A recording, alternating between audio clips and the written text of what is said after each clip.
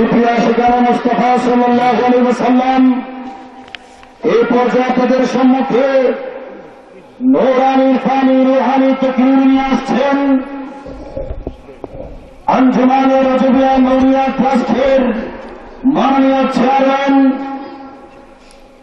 সুন্নিয়তের বলিষ্ঠ কণ্ঠস্বর, আন্তর্জাতিক খ্যাতিসম্পন্ন মুফাসসির কোরআন, অসংখ্য দ্বীন শিক্ষা প্রতিষ্ঠানের সম্মানিত প্রতিষ্ঠাতা, যৌতুক বিরোধী আন্দোলনের রূপকার হুজুর আল্লামা আবুল কাসেম নূরী মুত্তাফিল। নারে তাকবীর, নারে রিসালাত, নারে গাউসিয়া, আহলে সুন্নাত ওয়াল জামাত, হযরত সিদ্দিক আকবর রাদিয়াল্লাহু তাআলা আনহু শানশাহ, আল্লামা নূরী সাহেব হুজুর কিবলা, অধ্যক্ষ আল্লামা সৈয়দ হাসান আলী মুত্তাফিল আলী হুজুরের কদমে অত্র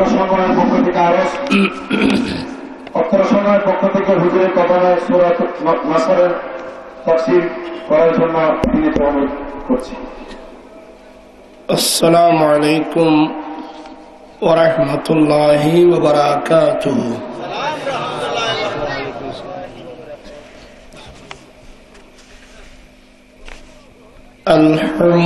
আলহামদুলিল্লাহি রাব্বিল আলামিন ওয়াল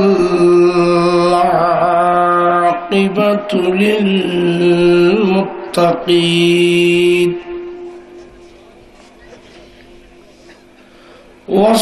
والصلاة والسلام على من أنزل إليه القرآن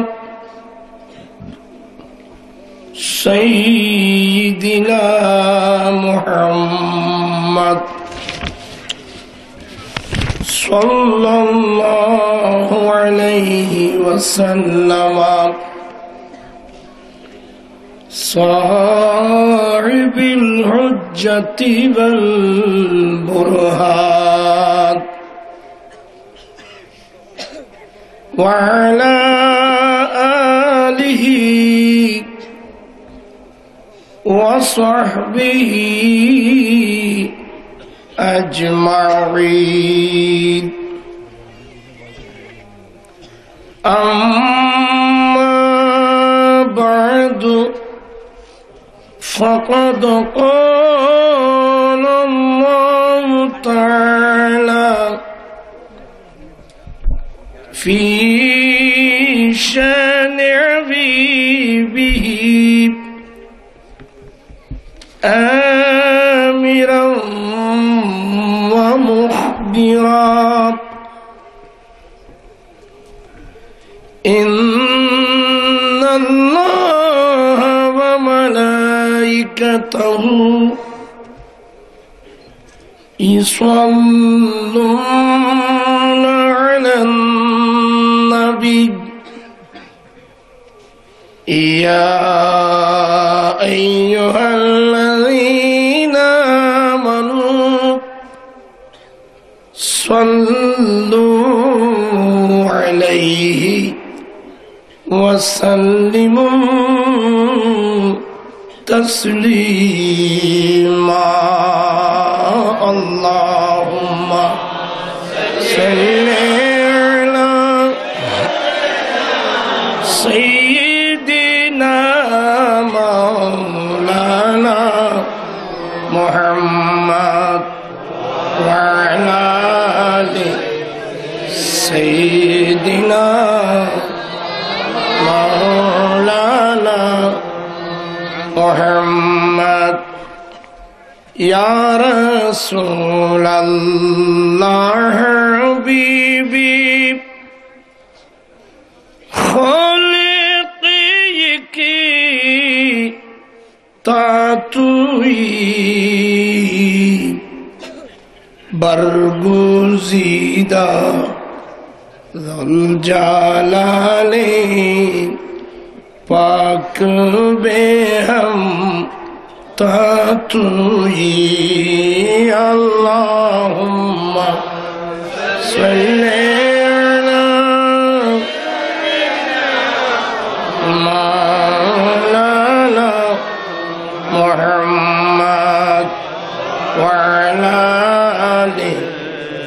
سيدنا مولانا صلاة يا رسول الله عليكم سلام يا حبيب الله شفيع مطاعنا نبي كريم قسيم جسيم نسيم وسيم صلاة يا رسول الله عليكم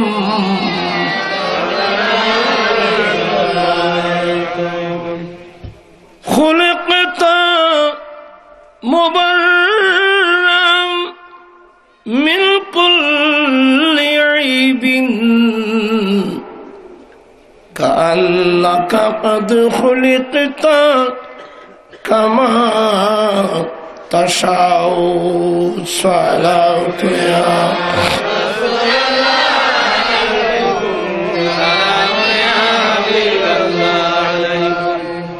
أعوذ بالله من الشيطان الرجيم بسم الله الرحمن الرحيم إذا جاء نصر الله والفتح ورأيت الناس يدخلون في دين الله أفواجا فسبح بحمد ربك واستغفر إنه كان توابا صدق الله مولانا العظيم وصدق رسوله النبي الحبيب الكريم ونحن على ذلك لمن الشاهدين والشاكرين والحمد لله رب العالمين ربي صلي وسلم وبارك عليه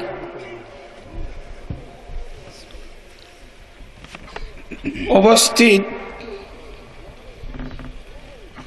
অধ্যকার পবিত্র ঈদে মিলাদুন নবী সাল্লাল্লাহু আলাইহি ওয়াসাল্লাম উদযাপন ও ফাতিহায়ে ইয়াজদহম উপলক্ষে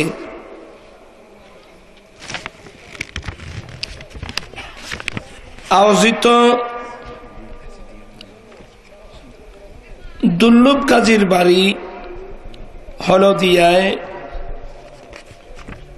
আয়োজিত আজিমুশান সুন্নি সম্মেলন 2016 সম্মানিত সভাপতি মুজাহিদ মিল্লাত হযরত আল্লামা আলহাজ মাওলানা অধ্যক্ষ সৈয়দ আহসান হাবিব সাহেব মুদ্দাজিল্লুল আলী, অধ্যক্ষ গরজানিয়ে রহমানিয়ে সিনিয়র মাদ্রাসা, আজকের মাহফিলের প্রধান অতিথি হিসেবে আসার কথা ছিল रहनुमाए शरीयत व तरीक़त मुर्शिद बरहक इमाम अहले सुन्नत कायद सियासत अल्लामा काजी मोहम्मद नूर इस्लाम हाशिमी साहिब क़िबला दामत बरकातुल कुद्सिया বক্তব্য রেখেছেন মুজাহিদি মিল্লাত জনাব মৌলানা সৈয়দ শামসুদ্দোহা বারি জিদা মজদ সজ্জাদা নশীন আল আমিন বারিয়া দরবার जनाब मौलाना असहाबुद्दीन साहेब, जनाब मौलाना काजी फुरकान हाशमी, जनाब मौलाना नूरुल अफसर रज़वी, मुजाहिद मिल्लत जनाब मौलाना इदरिस अंसारी, मौलाना मोहम्मद जाफर आलम नूरी, मौलाना मोहम्मद अली सह असंख्यक उलमा इकराम, बिरादरान इस्लाम रहमानी व रहमाकुमुल्लाह ताला। সে মহান রব্বুল আলামিনের দরবারে লাখো কোটি শুকরিয়া আদায় করছি যে রব্বুল আলামিন পবিত্র চাঁদ মাহে রবিউল আউয়াল, যে মাসে এখন থেকে 1400 বছর পূর্বে মক্কার জমিনে মা আমেনার ঘরে নবিকুল সম্রাট आका मौला नबी मुहम्मदुर रसूलुल्लाह सल्लल्लाहु अलैहि वसल्लम এই পৃথিবীর বুকে তশরিফ এনে গোটা বিশ্ববাসীকে ধন্য করেছেন। বিশেষ করে আমরা যারা মুমিন মুসলমান আমরা ধন্য। সেই নবীর আগমনের আনন্দ উৎসব পালন করার লক্ষ্যে অত্র এলাকার হযরতে সিদ্দিক আকবর রাদিয়াল্লাহু তাআলা হুর নামে যে স্মৃতি সংসদ, এই স্মৃতি সংসদের উদ্যোগে আয়োজিত আজকের এই মাহফিলে যোগদান করে দুনিয়া এবং আখিরাত উভয় জাহানের কামিয়াবি হাসিল করার তৌফিক দান করেছেন। সে রব্বুল আলামিনের দরবারে লাখো কোটি শুকরিয়া আদায় করছি। সবাই উচ্চস্বরে বলুন আলহামদুলিল্লাহ।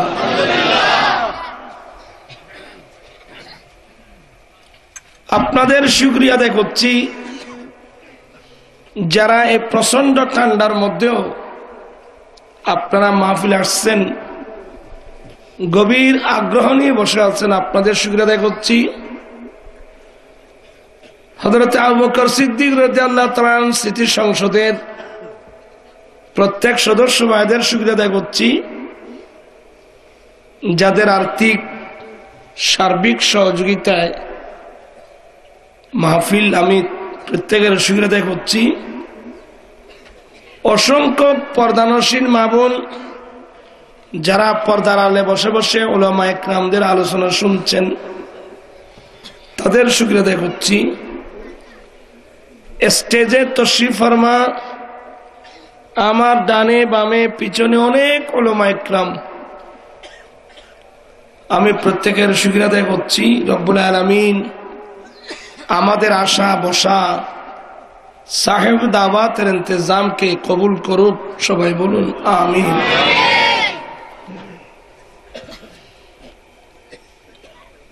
ছেলেরা হঠাৎ একটা সূরাতুন নসর এই সূরার তাফসীর পেশ করার জন্য বলছেন।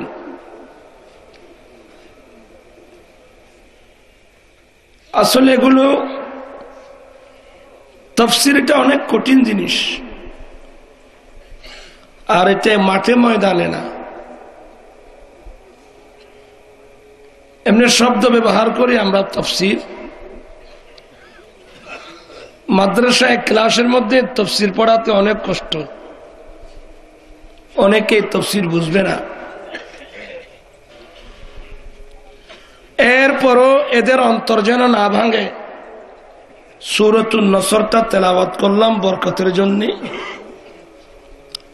অল্প কিছু আলোচনা যদি মহান রব্বুল আলামিন তৌফিক দান করেন, এ প্রসঙ্গে অল্প আলোচনা করে আমি আমার বক্তব্য শেষ করব। সূরাতুন নসর রাসূল পাক সবাই বলুন সাল্লাল্লাহু আলাইহি ওয়াসাল্লামের উপর কোরআন শরীফের যে 114টি সূরা রসুল পাকের উপর আল্লাহ নাযিল করেছেন। তন্মধ্যে বা'ইতিবারে নুজুলের দিক দিয়ে, কোরআন নাযিল হওয়ার দিক দিয়ে সূরাতুন নসর হলো 114 নম্বর সূরা, অর্থাৎ লাস্ট সূরা। মুসহাফের রেকর্ড অনুযায়ী না, নুজুল বা'ইতিবারে নুজুল। রসুল পাকের উপর যতগুলো যে 114টি সূরা নাযিল হয়েছে, এই নুজুল হিসাবে শেষ সূরা হলো সূরাতুন নসর। এটার পরে রসুল পাকের উপর আর কোন সূরা নাযিল হয় নাই।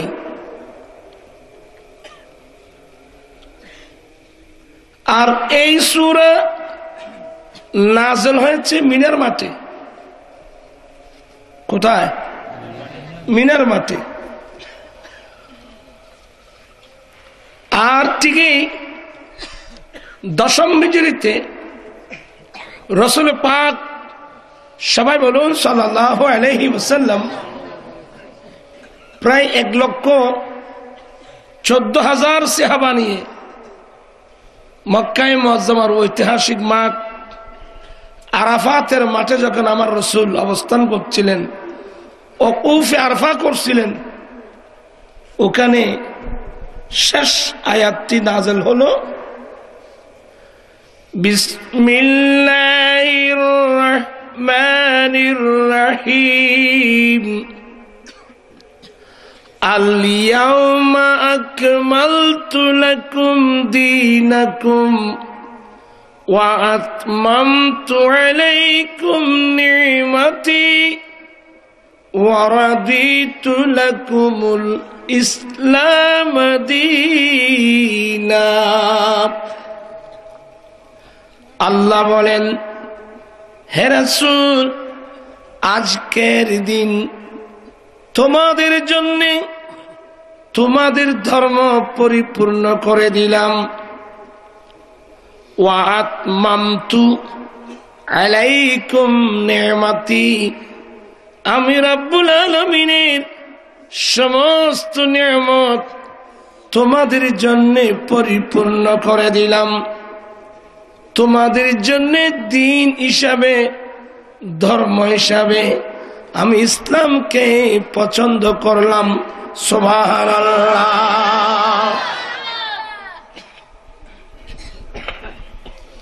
এগুলো ক্লাসের মতো হচ্ছে। ওরা ছেলেরা হঠাৎ করে কি মনে করলো, সূরাতুন নসর নাযিল হয়েছে মিনার মাঠে, আর আল-ইয়াওমা আকমালতু লাকুম দীনাকুম এটা নাযিল হলো আরাফাতের মাঠে। আয়াতের দিক দিয়ে বা'ইতিবারে নুজুল নাযিল হওয়ার দিক দিয়ে এই আয়াতটা হলো শেষ আয়াত। এই আয়াতের পরে অন্য কোন আয়াত আমার নবীর উপর নাযিল হয় নাই। কথাটাকে বুঝতে পারতেছেন? সূরা হিসেবে শেষ সূরা কোনটা? সূরাতুন নসর। শেষ আয়াত হিসাবে শেষ আয়াত আল-ইয়াওমা আকমালতু লাকুম দীনাকুম, এই আয়াত। আমার ভাইয়েরা, এই সূরা আর এই আয়াত একদিক দিয়ে আনন্দের বিষয়, আরেক দিক দিয়ে কান্নার বিষয়। আমার ভাইয়েরা, সূরাতুন নসর হলো প্রিয় নবী এই দুনিয়া থেকে ইন্তিকাল করে যাওয়ার আলামত। সূরাতুন নসর। সুবহানাল্লাহ। সূরাতুন নসর মানে রাসূল পাক সাল্লাল্লাহু আলাইহি ওয়াসাল্লাম এই দুনিয়া থেকে ইন্তিকাল করে আল্লাহর কাছে চলে যাবেন।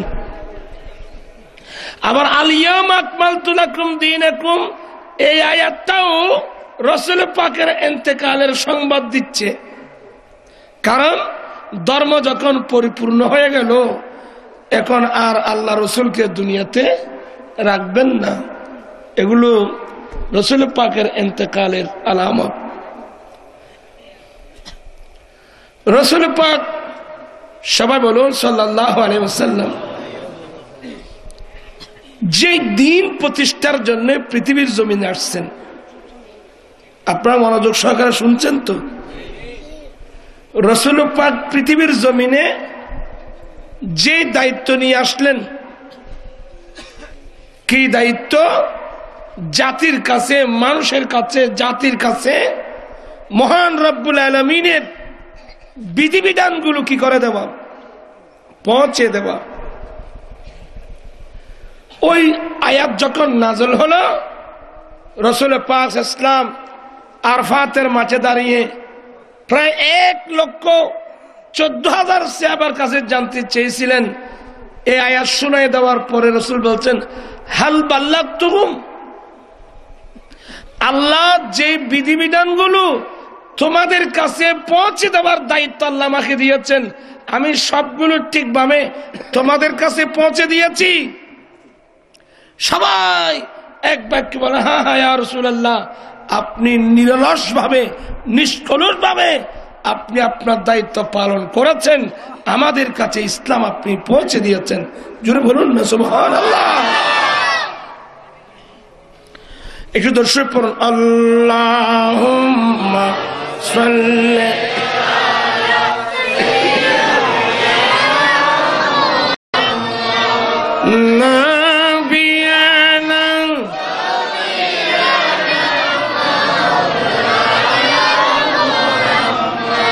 বন জঙ্গলার বাঘ হরিণে চিনিল দয়াল নবীকে, বন জঙ্গলার বাঘ হরিণে চিনিল দয়াল নবী, হরে মানব হয়ে চিনিলি নারে, দুঃখ রইল মনেতে। আল্লাহুম্মা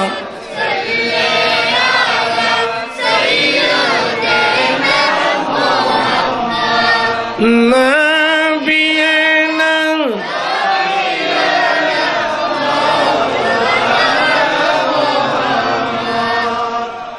আপনারা কি একটু কষ্ট করে সামনের দিকে আসতে? এখানে অনেক জায়গা, মাঝে মাঝে জায়গা আছে। আর শীতের মৌসুম, একজনের সাথে একজন লাগিয়ে বসলে ঠান্ডা কম লাগবে, ভালো লাগবে। সবের সামনে এগিয়ে এসে বসলে ভালো হয়। এই তুমি আরো সামনে আসো, এই ছেলেটা আরো সামনে আসো, এই ছেলেটাকে এদিকে আসো, তুমি আসো, এদিকে আসো, এদিকে আসো। তুমি তো বাঁশের সাথে হেলান দেওয়ার জন্য বসতেছো। আল্লাহুম্মা সাল্লি আলা সাইয়্যিদিনা মুহাম্মাদ নাবিয়ানা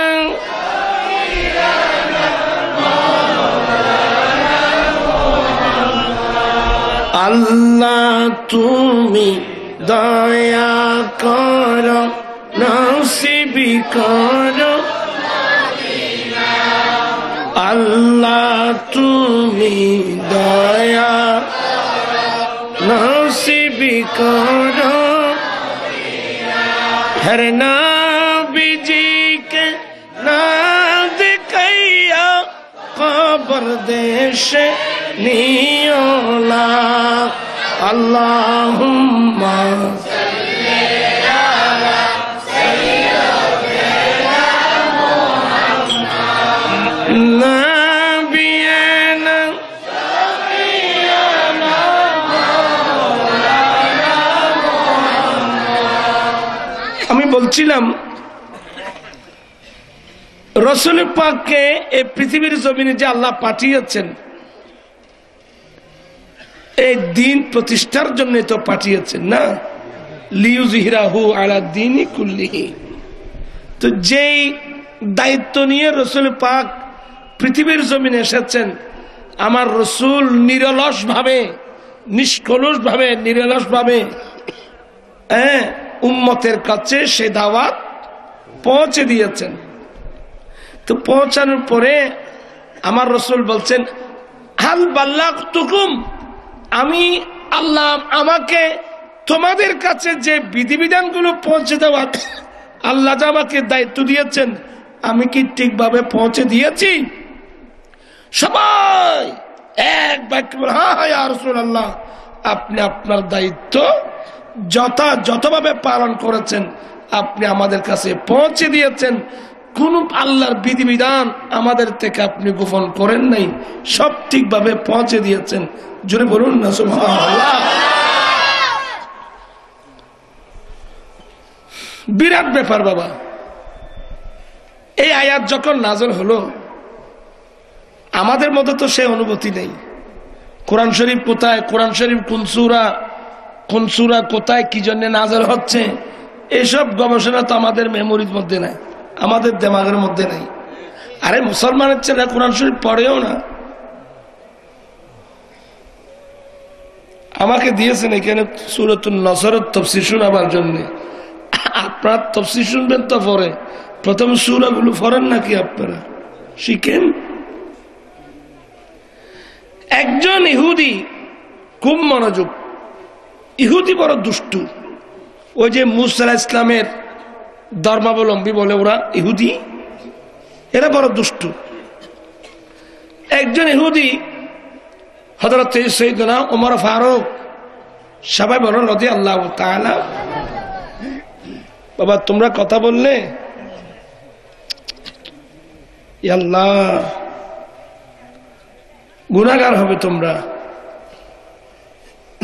বলতে চেয়েছিলাম, এই আয়াত যখন নাযিল হলো, একজন ইহুদি ফারুক আজমের কাছে আসলো, ওমর কিরে ভাই, সেদিন তোমাদের নবীর উপর যে আয়াত নাযিল হয়েছে, এই ধরনের আয়াত যদি আল্লাহ আমাদের নবীর উপর নাযিল করতেন, আমরা সেদিন ঈদ করতাম, আনন্দ করতাম, উৎসব করতাম।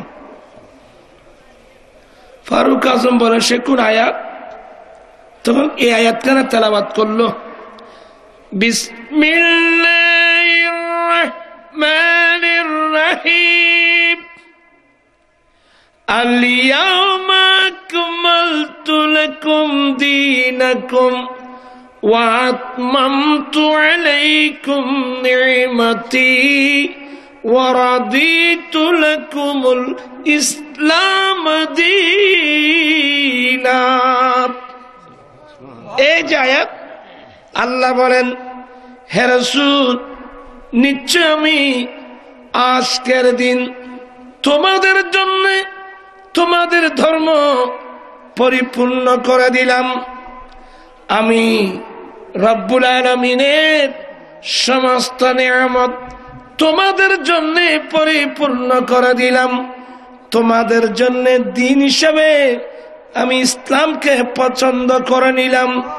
এই যে আল্লাহর পক্ষ থেকে সার্টিফিকেট এসে গেল, শুভ সংবাদ এসে গেল, হে রাসূল, যে দিন প্রতিষ্ঠার জন্য আপনি এই 23 বছর নবুয়ত প্রকাশের 23 বছর গোটা জীবন কোরবানি দিচ্ছেন, ধর্ম পরিপূর্ণ হয়ে গেছে। এই যে ধর্মের পরিপূর্ণতা, বাবা এগুলো আমার বলো না, আমি তাড়াতাড়ি বলি, সময় কম, আমার শরীরও ভালো না, আমার আওয়াজ বুঝতে পারছেন আপনারা? বলতেছি, তোমরা তোমাদের আবেগ নিয়ে থাকো বাবু, আমি আমার স্টাইলে কথা বলি। তোমরা তো শুধু একটা আবেগ আছে তোমাদের মধ্যে। কি বলতে চাচ্ছিলাম, আমার ভাইরা, তোমাদের কথা বলার কারণে আমার দেমাগটা নড়ে যাচ্ছে। বলতে চেয়েছি, এই ইহুদি বলল, এই যে আয়াত, যে ধর্ম যে পরিপূর্ণ হয়েছে, কারণ আদম আলাইহিস ইসলাম থেকে ঈসা আলাইহিস ইসলাম পর্যন্ত যত আম্বি ইকরাম পৃথিবীর জমিনে যুগে যুগে কালে কালে পৃথিবীর লক্ষ্যভ্রষ্ট পথভ্রষ্ট মানুষকে হেদায়েত করে হেদায়েত করার জন্য এসেছিলেন। কোন নবীর কাছে ধর্ম পরিপূর্ণ হয়েছে এই আয়াত আল্লাহর পক্ষ থেকে আসে নাই। কি মানে কোন নবী? হ্যাঁ, আম্বিয়া ইকরাম অবশ্যই অবশ্যই ওরা নবুয়তের দায়িত্ব অবশ্যই পালন করেছেন, নির্ভুল ভাবে নির্ভেজাল ভাবে ওরা দায়িত্ব পালন করেছেন, কিন্তু ধর্ম পরিপূর্ণ হয়েছে এই ধরনের একটা আয়াত আল্লাহর পক্ষ থেকে আসেন নাই। কি মানে সমস্ত বিক্রম বিশ্ববাসীকে যে ইসলাম ধর্ম দিয়েছেন এটা ইনকমপ্লিট, অসম্পূর্ণ ছিল। আর আপনাদের নবীর উপর যে আয়াত নাযিল হয়েছে ধর্মের পরিপূর্ণতা। গোটা বিশ্বের জমিনে যে ব্যক্তি পূর্ণাঙ্গ ধর্ম, পরিপূর্ণ ধর্ম বিশ্ববাসীকে উপহার দিয়ে গেলেন উনি তো নবী মুহাম্মদুর রাসূলুল্লাহ সাল্লাল্লাহু আলাইহি ওয়াসাল্লাম। চিৎকার দিয়ে বলুন না সুবহানাল্লাহ। তো ওই ইহুদি বলল যে এই ধরনের একটা আয়াত যদি আল্লাহ আমাদের নবীর উপর নাযিল করত আমরা ঈদ করতাম, আপনারা ঈদ করেন নাই কেন? ফারুক আজম জিজ্ঞাসা করলেন সে কোন আয়াত? এই আয়াতটা যখন তেলাওয়াত করলো এবার ফারুক আজম বলেন, এই ইহুদি, যেদিন এই আয়াত নাযিল হয়েছে সেদিন আমরা মুসলমানের 2 ঈদ ছিল। কয় ঈদ? হ্যাঁ, 2 ঈদ ছিল। বলে কি কি ঈদ? ফারুক আজম বলেন দিন ছিল ইয়াউমুল জুমআ, জুমার দিন বিশ্বের মুসলমানের জন্য ঈদের দিন। 1 নম্বর দিন ছিল জুমাবার, ইয়াউমুল জুমআ, জুমার দিন বিশ্বের মুসলমানের জন্য ঈদের দিন 1 নম্বর। দ্বিতীয় নম্বর দিন ছিল জিলহজ মাসের 9 তারিখ। সারা পৃথিবী থেকে আল্লাহর মেহমান যারা হজ করতে এসেছেন ওরা আরাফাতের ময়দানে ওকুফ করতেছেন। ইয়ামুল আরাফা, আরাফা দিবস বিশ্বের মুসলমানের জন্য ঈদের দিন। যেহেতু এই আয়াত নাযিল হয়েছে আরাফাতের ময়দানে জুমাবার, একদিক দিয়ে ইয়াউমুল জুমআ, অপর দিক দিয়ে ইয়াউমুল আরাফা। জুমার দিন বিশ্বের মুসলমানের জন্য ঈদের দিন, আরাফাতের দিন বিশ্বের মুসলমানের জন্য ঈদের দিন। প্রাণপ্রিয় ইসলামী ভাইরা, এখান থেকে আমরা কি সিদ্ধান্তে পৌঁছে গেলাম? আমাদের দেশে কিছু হুজুর আছে নামকা ওয়াস্তে, এরা বলে মুসলমানের জন্য নাকি ইসলামে নাকি ঈদ আছে নাকি 2টা, একটা রমজানের ঈদ আর একটা কোরবানির ঈদ। বিভিন্ন পত্রিকায় দৈনিক, সাপ্তাহিক, পাক্ষিক, মাসিক বিভিন্ন পত্রিকার মধ্যে মন্তব্য আসে শুধুমাত্র ঈদ মিলাদুন্নবীকে বিরুদ্ধে বলার জন্য। এই ঈদ আবার কোন ঈদ? এই ঈদ আবার এরা বোঝাতে চাচ্ছে ইসলামে নাকি ঈদ মাত্র কয়টা? একটা রমজানের ঈদ, একটা কোরবানির ঈদ। এক্ষুনি আমি হাদিস থেকে দেখাই দিলাম কোরবানির ঈদ আছেই, রমজানের ঈদ আছে, তাছাড়া জুমার দিন, কথা বলেন এখানে, জুমার দিন বিশ্বের মুসলমানের জন্য ঈদের দিন। তারপর ওকুফ আরফা, আরফা দিবস সারা বিশ্বের মুসলমানের জন্য। এখন কয়টা হলো? ওইদিকে 2টা, কয়টা হলো? 4টা হলো। তো যারা 2 ঈদ ছাড়া 3য় নম্বর কোন ঈদ পায় নাই, ওই দিয়াবন এক জায়গা নাম শুনছেন নি? দিয়াবন নাম শুনছে? দিয়াবন ওয়াহাবির কারখানা, বাতিল ফেরকার কারখানা হলো। ওখান থেকে কি নাম আমি বলতে লজ্জা লাগে, এক মৌলবী আসলো, সে রংপুরে এক জায়গায় মাহফিল করতেছে। মাই বাসপন সে পাঁচপন তক, আমি ছোটকাল থেকে এই 55 বছর বয়স পর্যন্ত অনেক কোরআন হাদিস পড়ছি পড়াইছি, मुझे 2 ईद के सिवा तीसरी नंबर कोई ईद नहीं मिली। সে বলতে চাচ্ছে যে আমার ছোটবেলা থেকে এই 55 বছর বয়স পর্যন্ত আমি যত কোরআন হাদিস পড়ছি পড়াইছি, আমি ঈদ পাইলাম মাত্র 2টি। তৃতীয় নম্বর কোন ঈদ আমি পাইনি। এরা আবার তৃতীয় নম্বর ঈদ পাইল কই? এই ধরনের করে যে বক্তব্য আমাদের দেশে কেউ দিয়াবন থেকে এসে রাখতেছে, কেউ ওখান থেকে এসে রাখতেছে, এই ধরনের অনেক মৌলবী আমাদের দেশে আছে কিনা? কেউ ফিস টিভির মধ্যে বসে বসে বলতেছে, ফিস টিভি একটা আছে না, ফিস টিভি, কেউ ওখানে বলতেছে। এই জন্য আমি আপনাদেরকে আঙ্গুল দিয়ে দেখাই দিলাম যে যে ঈদ 2টা না, ওই ঈদ আরো আছে, বলেন ঈদ আরো আছে। কিন্তু আমার আশ্চর্য লাগলো যে এরা এভাবে কিভাবে বলতে পারলো मुझे 2 ईद की सिवा तीसरी नंबर कोई ईद नहीं मिली। তাহলে পাই নাই মানে সে লেখাপড়া করে নাই, তা আমি তো পেয়েছি। এটা মিশকাতে আছে হাদিস। এই আয়াতের তাফসীরে আল ইয়াউমা আকমালতু লাকুম দীনাকুম ওয়া আতমামতু আলাইকুম নি'মাতি ওয়া রাদিতু লাকুমুল ইসলাম দীনা। এই আয়াতের তাফসীর আমি পেয়ে গেলাম জুমার দিন। কথা বলা গেল জুমার দিন, আরফা দিবস ঈদের দিন। তাহলে 4টা হয়ে গেল। তাহলে বোঝা গেল ঈদ আরো আছে। তো এগুলো পাওয়ার জন্য 1 নম্বর ছাত্র ভালো হতে হবে, ছাত্র ব্রেইনি হতে হবে, ওস্তাদও ব্রেইনি হতে হবে, রিচার্জ থাকতে হবে, তারপর আপনি পেয়ে যাবেন।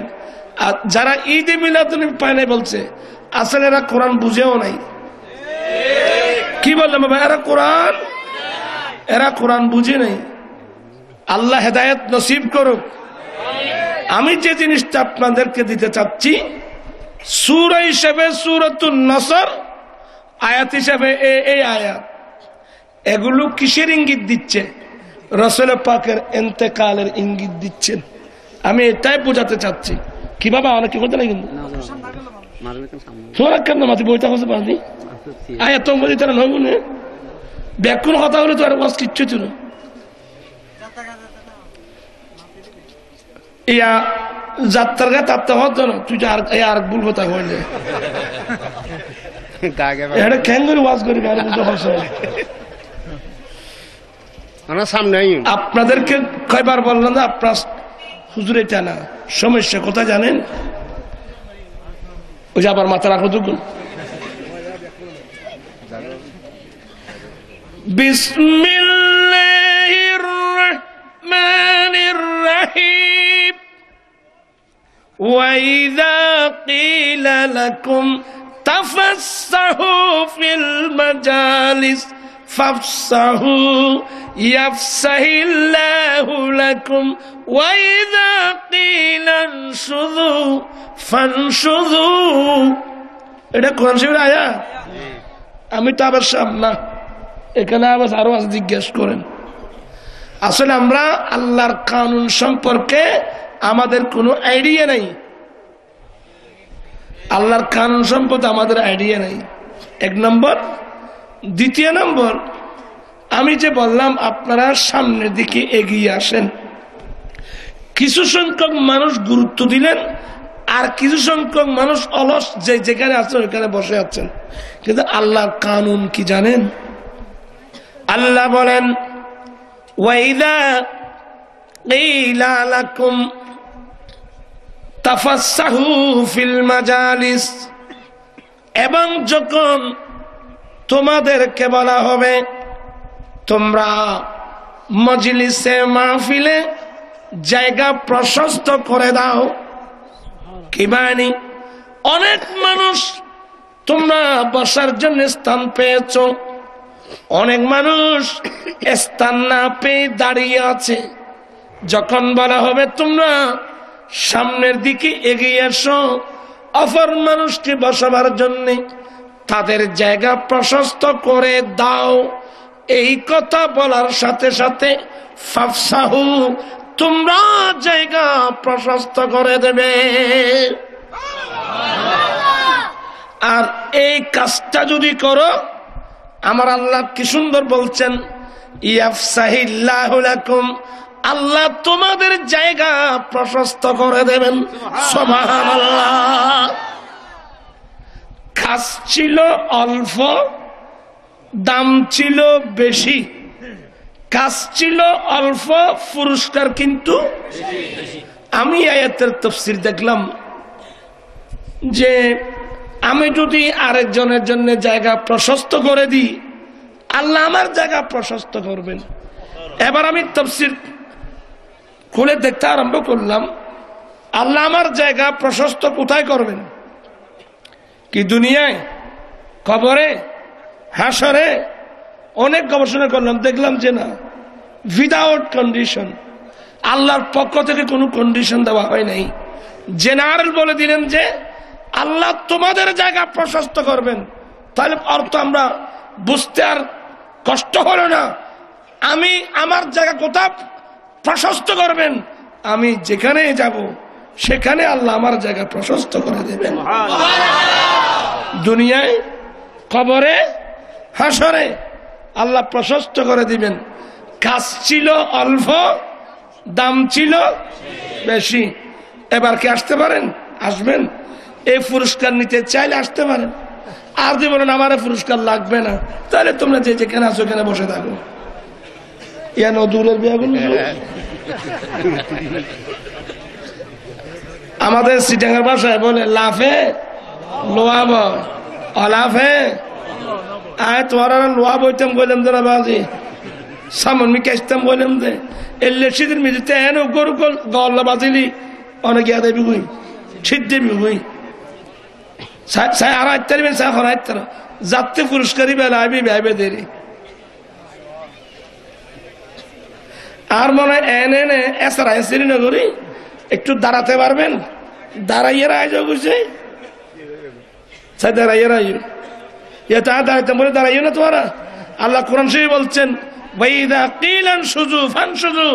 যখন তোমাদেরকে বলা হবে দাঁড়াও, তখন তোমরা দাঁড়িয়ে যাবে। এবার দাঁড়িয়ে আসো, বসো।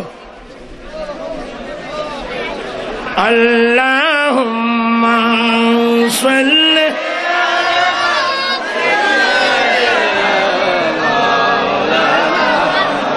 মুহাম্মাদু আলা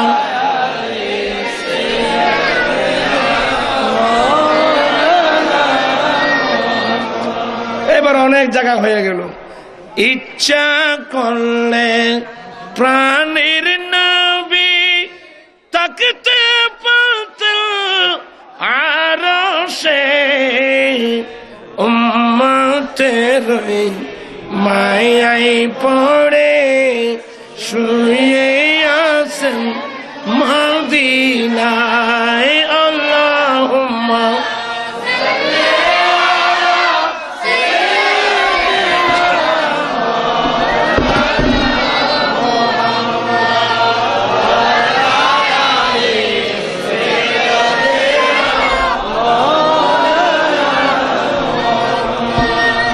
আপনারা কি বিরক্ত হচ্ছেন? আমি আপনাদেরকে বলছিলাম ওই যে সূরাতুন নাসর আর এই আয়াতগুলো, এগুলো এটা আমার রাসূলের ইন্তেকালের ইঙ্গিত বহন করে। বুখারী শরীফ খুললে আপনারা এই সাপ্তাহগুলো কি জন্য দিলেন আমাকে বলুন তো? এই মাঠে ময়দানে আমি এদেরকে অন্য ওয়াজ করতাম। ইমামুদ্দুনিয়া ফিল হাদিস মুহাম্মদ ইবনে ইসমাইলুল বুখারী রাহমাতুল্লাহ আলাইহি বুখারী শরীফের মধ্যে হাদিস নকল করেছেন। খলিফাতুল মুসলিমিন হযরত সাইয়্যিদুনা ওমর ফারুক, সবাই বলুন রাদিয়াল্লাহু তাআলা আনহু। ফারুক আজম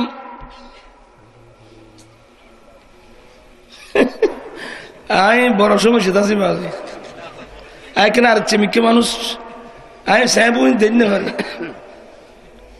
ওনার নিজের মারি বইবেন নি তো হতা করতে বলছিলাম ফারুক আজম সবাই বলুন রাদিয়াল্লাহু তাআলা আনহু, ইনি বদরের যুদ্ধে যে সমস্ত সাহাবায়ে কেরাম অংশগ্রহণ করেছিলেন, যারা বদরি সাহাবা আসহাবে বদর, যারা এদের সম্মান বিরাট সম্মান, যাদের শানে আল্লাহ আয়াত নাযিল করেছেন ইফআলু মা শিতুম, তোমাদের যা ইচ্ছা তাই করো। এই আয়াত অন্য কোন সাহাবায়ে কেরামের শানে নাযিল হয় নাই, শুধুমাত্র বদরের যুদ্ধে যারা অংশগ্রহণ করেছিলেন তাদের জন্য এত বড় সম্মানের আয়াত নাযিল হলো। কারণ মুসলমানের সংখ্যা ছিল 313 জন, আর কাফেরের সংখ্যা ছিল 950,000।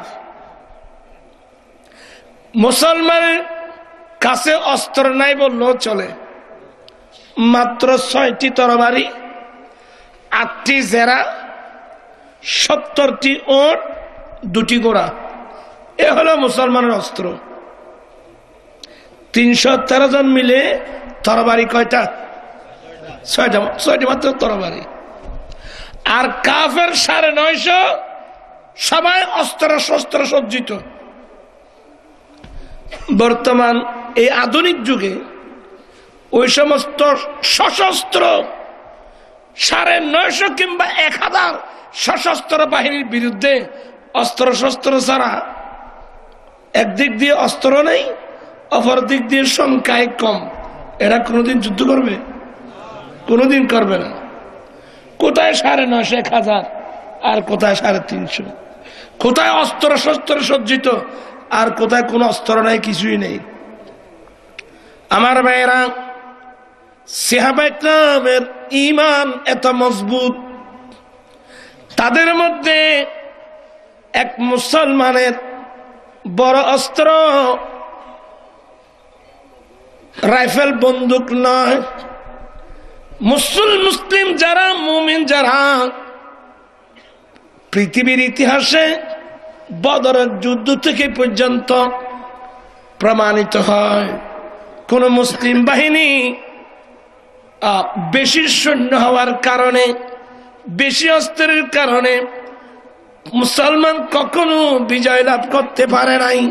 কারণ বিজয় তো অস্ত্রের বলে আসে না, বিজয় তো সৈন্যের বলে আসে না। মুসলমানের বিজয় বেশি সৈনিক হওয়ার মাধ্যমে আসে না, বেশি অস্ত্রের মাধ্যমে মুসলমানের বিজয় আসে না, আসে নাই। কোন মুসলমানের বিজয় অস্ত্রের উপর নয়, কোন মুসলমানের বিজয় বেশি সৈন্য সংখ্যার উপর নয়। মুসলমানের বিজয়, মুসলমান সবকিছু আল্লাহর পক্ষ থেকে আসতে হয়। কোত্থেকে? আর যদি কোত্থেকে? আজকাল মুসলমানের মধ্যে একটা ভ্রান্ত ধারণা, আপনারা যারা রাজনীতিবিদ হয়তো আপনাদের গায়ে পড়বে। আমাদের বর্তমান মুসলমানের মধ্যে যে একটা ভ্রান্ত ধারণা যে জনগণেই সব ক্ষমতার উৎস,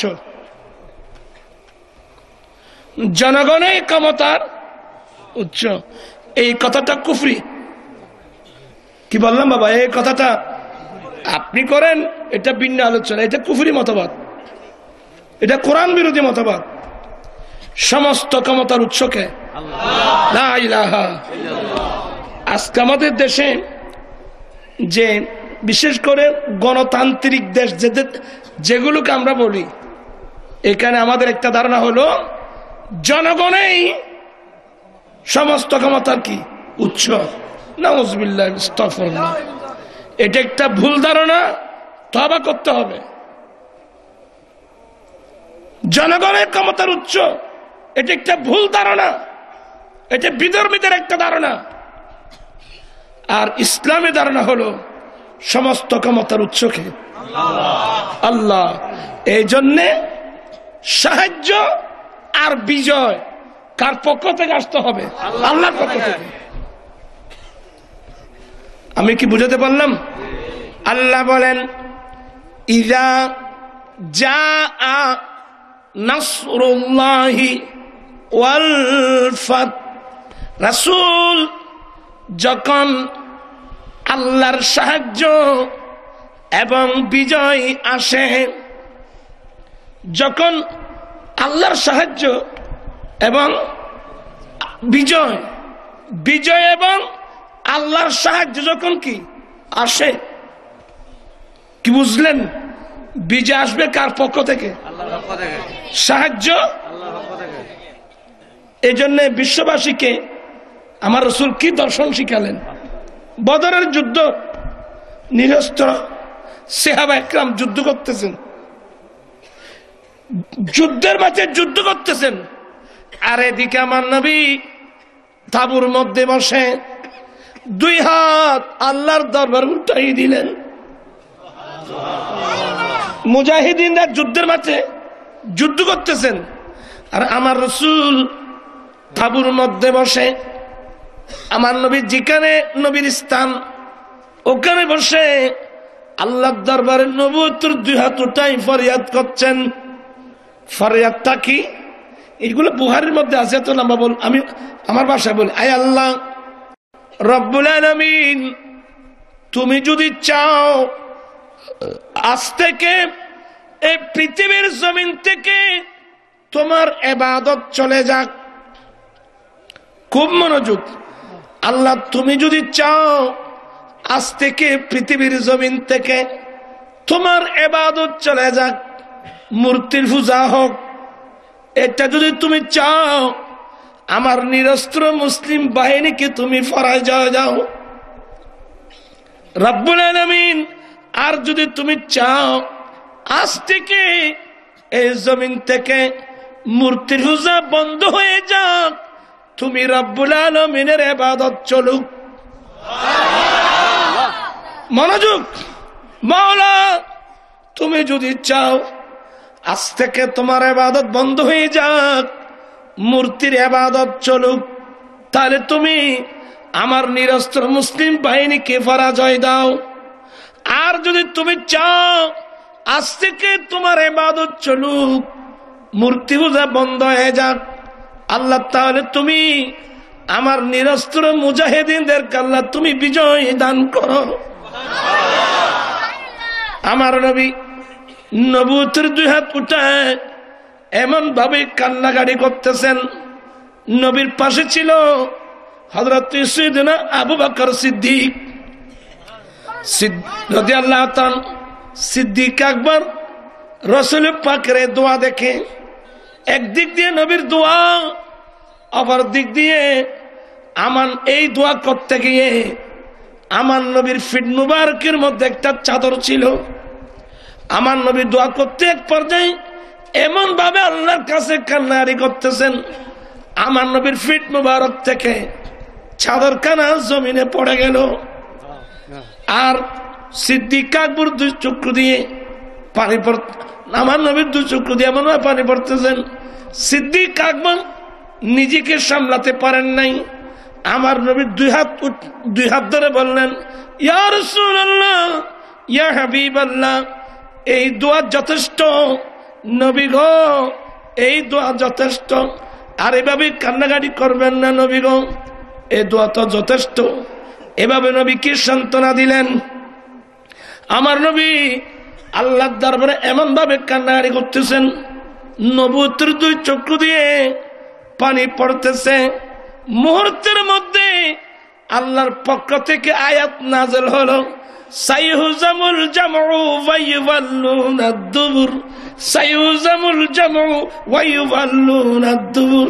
আমার নবী খুশি হয়ে এই আয়াত তেলাওয়াত করতে করতে যখন ওই তাঁবু থেকে বদরের ময়দানে নামলেন, দেখলাম যে মুসলমানের বিজয়। এবার আপনারা বলুন, তোরা আর কিনে তার কাছে ইনারে মারো দিন গোটা আটলান্টিক মহাসাগর, তুই এনে সুরে কি বুঝু দিবে রে? আল্লাহুম্মা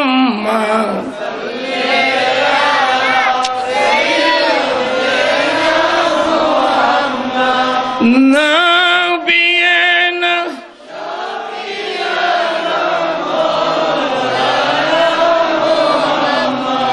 বন জঙ্গলার বাক হরিণে চিনিল দয়াল নবী বন জঙ্গলার বাক হরিণে চিনিল দয়াল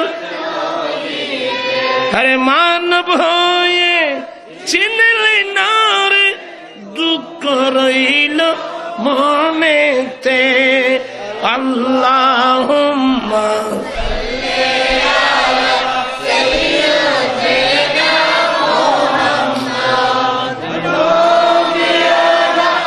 শাফিয়েনা মাওলা। বদরের যুদ্ধে কজন কাফের মরল? 70 জন।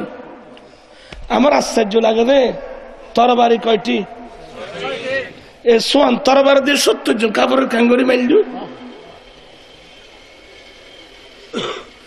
উক্কাশা বিন মোহসেন, উক্কাশা বিন মোহসিন, উক্কাশা বিন মোহসিন রাদিয়াল্লাহু তাআলা বদরের যুদ্ধের মাঠ থেকে দৌড় দিলেন নবীজির দিকে।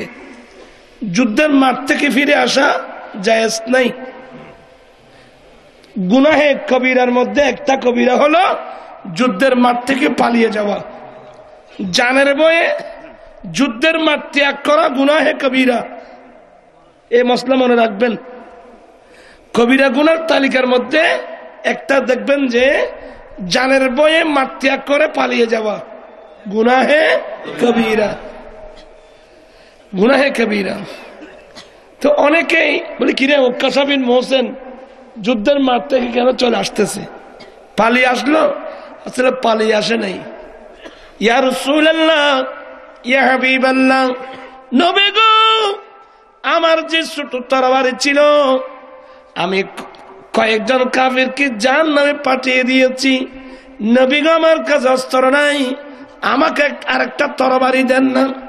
কাফের রাখবো না দুনিয়ায়। সুবহানাল্লাহ।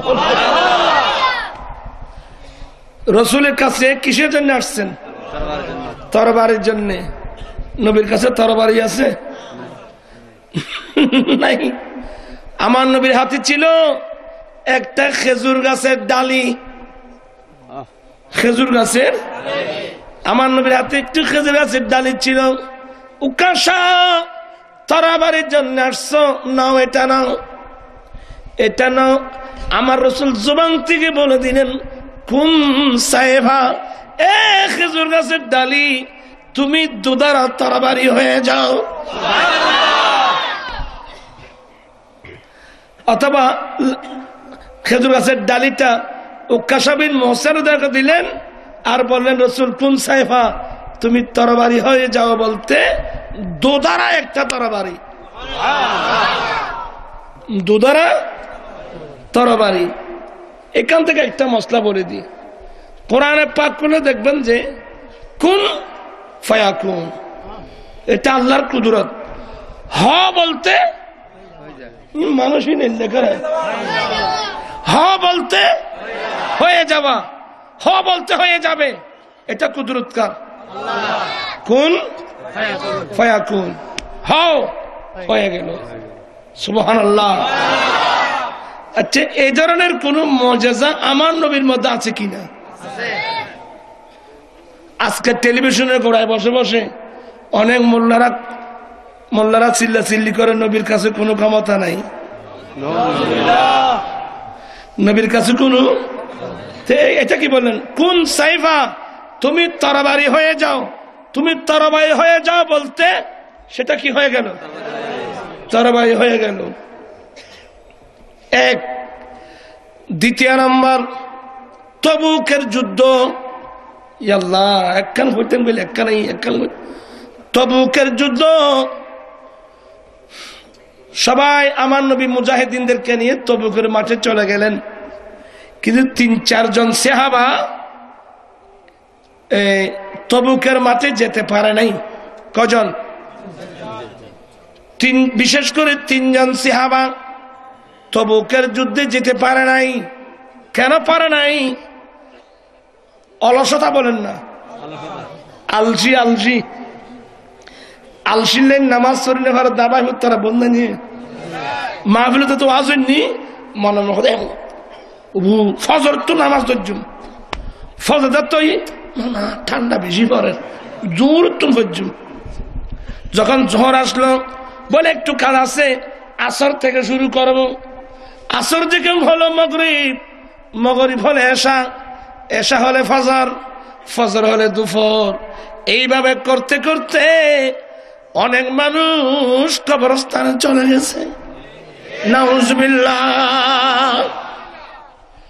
অনেক মানুষ 3-4 বাবার ছেলে বাবার 3-4 ছেলের বাবা হয়েছে এখনো নামাজ পড়তে পারতেছে না আগ্রহ আসে সকালে পড়বো সকাল হলে দুপুর দুপুর হলে আসর এইভাবে বলতে বলতে প্রায় হায়াত তো চলে গেল মুয়াজ্জিন আযান দিচ্ছে অনেক মানুষ এখনো মসজিদে যেতে পারে নাই রে বাবা ঠিক কিনা অত্যন্ত বিনয়ের সাথে বলছি এর জন্য আমার রাসূল আল্লাহর কাছে একটা দোয়া করতেন আপনারা পড়ুন আল্লাহুম্মা ইন্নী আউযু বিকা মিনাল কাসালি ওয়াল হারামি ওয়া সুইল কিবারি ওয়া ফিতনাতিদ দুনিয়া ওয়া আযাবিল কবর এই দোয়াটা আপনারা সবাই শিখবেন আল্লাহ আমি তোমার কাছে অলসতা থেকে ফানা চাচ্ছি কোত্থেকে অলসতা থেকে এটা আচ্ছা কোন অলসতা আমার রাসূলের নূরানী শরীরকে স্পর্শ করতে পারবে কোন অলসতা আমার নবীকে করতে গায়েল করতে পারবে তো নবী দোয়া কেন করলেন এটা আমাদের শিক্ষার জন্য আপনারা দোয়াটা শিখে নেবেন আয় আল্লাহ আমি তোমার কাছে অলসতা থেকে ফানা চাই অলসতা অলসতা আমাদের অনেক মনীষীরা বলছে না পরিশ্রমে ধন আনে পুণ্য আনে সুখ অলস্য দরিদ্রতা আনে ফাফে আনে দুঃখ আলসি বেশি খারাপ জিনিস আলসি আলসি অলসতা আর ফল হচ্ছে আলসি বেশি বেশি অলসতা সব আল্লাহর কাছে ফারাত চাইবেন আল্লাহ আমার কাছে যেন কোনো অলসতা যেন না আসতে পারে তোরা ফল ফুনন না রে এ তোরা এটা বহুত বিক্রি করে আর সময় বয়দে ঘুরে ঘুরে লেদা বাগদি তার বাদ বুঝিবি না ওর আরো ভাইও নেবাদি আর আগর মেজাজি এনতালি এত নে ইয়া বুড়ো গিয়ে মেজাজ গিয়ে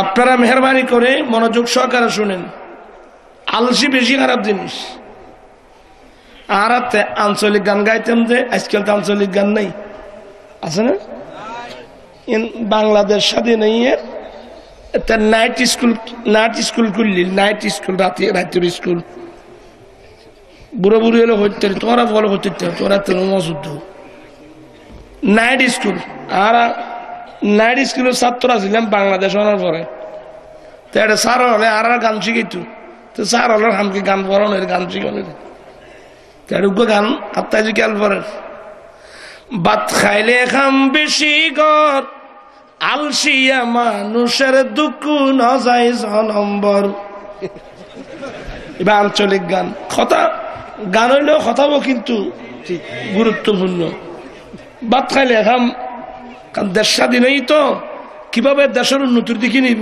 তাহলে গানিন বানাই দেরি ভাত খাইলে খাম বেশি গর আলসিয়া মানুষের দুঃখ না যায় নম্বর ভাত খাতে মনে করলে বেশ করে খাম গো আলসি করলি দুঃখ তোর জীবনত যাইতো নুন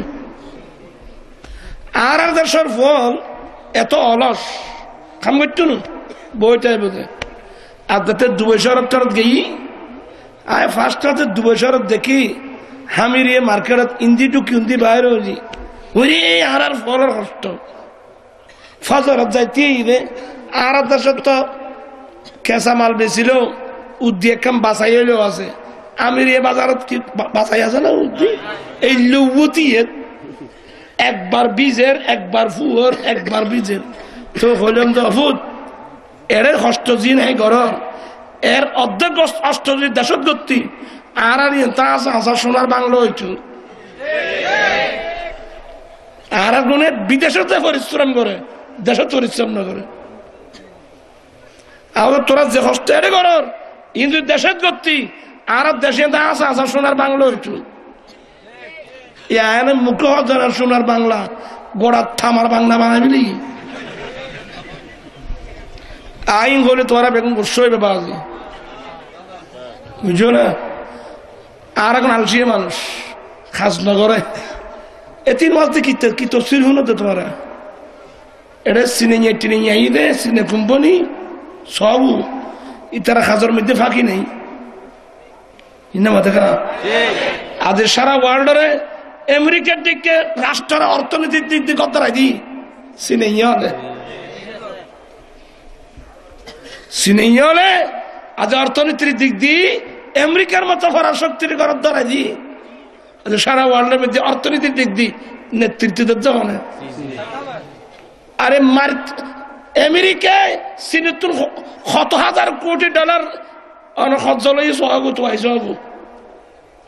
আজ সিনেমার সারা পৃথিবী সিনেমা মার্কেট এটা তারা গুঁড়ো গুঁড়ো ফল বইবে খাস করে আর দেড় মোবাইল বানাই ফেলেন ইয়েন বানা কেল্লা মালান ইয়েন বানান আর আগুন বই বই লাড়ি চোদা কতগুণ লই কত কত লাড়ি এই ফজরের 4 পর্যন্ত শুধু বলুগো মারার দিকে তো নিকে ঠিক ঠিক আর শিকার দেখিলে তোরা কইলেন না ঠিক কইবেন নাই আর দেশান গরিব দেশ খেলা ইন এই সমস্ত খেলা কোন জ্ঞানী মানুষ খেলার মধ্যে হায়াত কাটাইব না বেকুম বেকু কারণ গরিব দেশ ফজরের 4 সব খেলাধুলা 1 ঘন্টা 2 ঘন্টা 3 ঘন্টা 4 ঘন্টা 5 ঘন্টা 6 ঘন্টা না না অনেক সময় খেলা চাই বেলাই সরকার কাছে দাবি যে আর পরীক্ষা ফিসে দিও যে দেশের ফলে লেখাপড়ার উদ্দি খেলার প্রাধান্য দিব দেশিয়ান সোনার বাংলা তুমি তারাও দোকান দিয়ে যাবো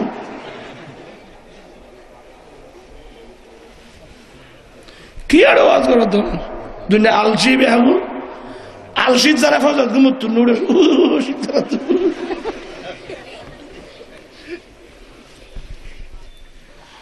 মত কষ্ট আসছি না অলসতার তো এত হইলে বলছো যে এই তুই আর আলসি না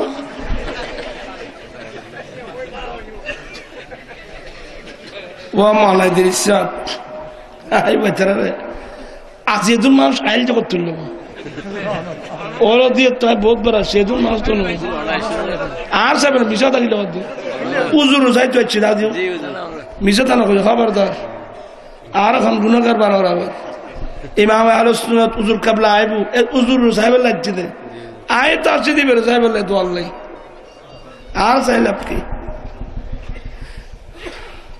এ শ্বাস হর সাহেব এবারে সাহেব থাকো আল্লাহুম্মা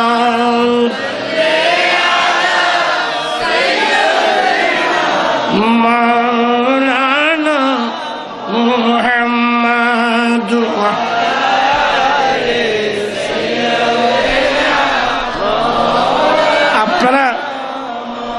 আপনারা কষ্ট নিচ্ছেন আমি আমার ছেলেদেরকে বলবো পরিশ্রমী হও এটা আমার নসিহত শুধু নসিহত আমার না লা উকসিমু বিহাযাল বালাদ ওয়া আনতা হিল্লুম বিহাযাল বালাদ ওয়া ওয়ালিদিন ওয়া মা ওয়ালাদ লাকাদ খালাকনাল ইনসানা ফি কাবাদ তিনটি কসম করে আল্লাহ বলছেন নিশ্চয় আমি মানব জাতি বানিয়েছি কষ্টের মধ্যে কষ্ট করার জন্য দুইটা কষ্টের মধ্যে দেখা আল্লাহ বলে আমি মানব জাতিকে বানিয়েছি কষ্টের ভয়ঙ্কর যায় কষ্টের মধ্যে কষ্ট করার জন্য আর আর ঘটা বানাই করতে নি মার ফেড়ে বুতুর ঘনা ইয়ান কষ্ট ফেড়িবে কষ্ট জাগানো এটা ঘরের দরজা জানা না খড় বুতুর বানাই দেখুন আর হায় হায় হায় হায় লাকাদ খালাকনাল ইনসানা ফি কাবাদ, আমি মানব জাতিকে কষ্টের ভিতর কষ্টের মধ্যে বানিয়েছি, কষ্ট করার জন্য বানিয়েছি। 10 মাস 10 দিন মায়ের পেটে, এটা কষ্টের জায়গা না? শুধু আমি তো না, আমার জন্য কষ্টের জায়গা, মায়ের জন্যও কষ্ট। আর যখন দুনিয়া থেকে আসতেছি আরেক কষ্ট। কত ছেলে মায়ের পেট থেকে আসার সময় মারা গেল, অথবা কত ছেলেকে প্রসব করতে গিয়ে কত মা কবরস্থানে চলে গেল।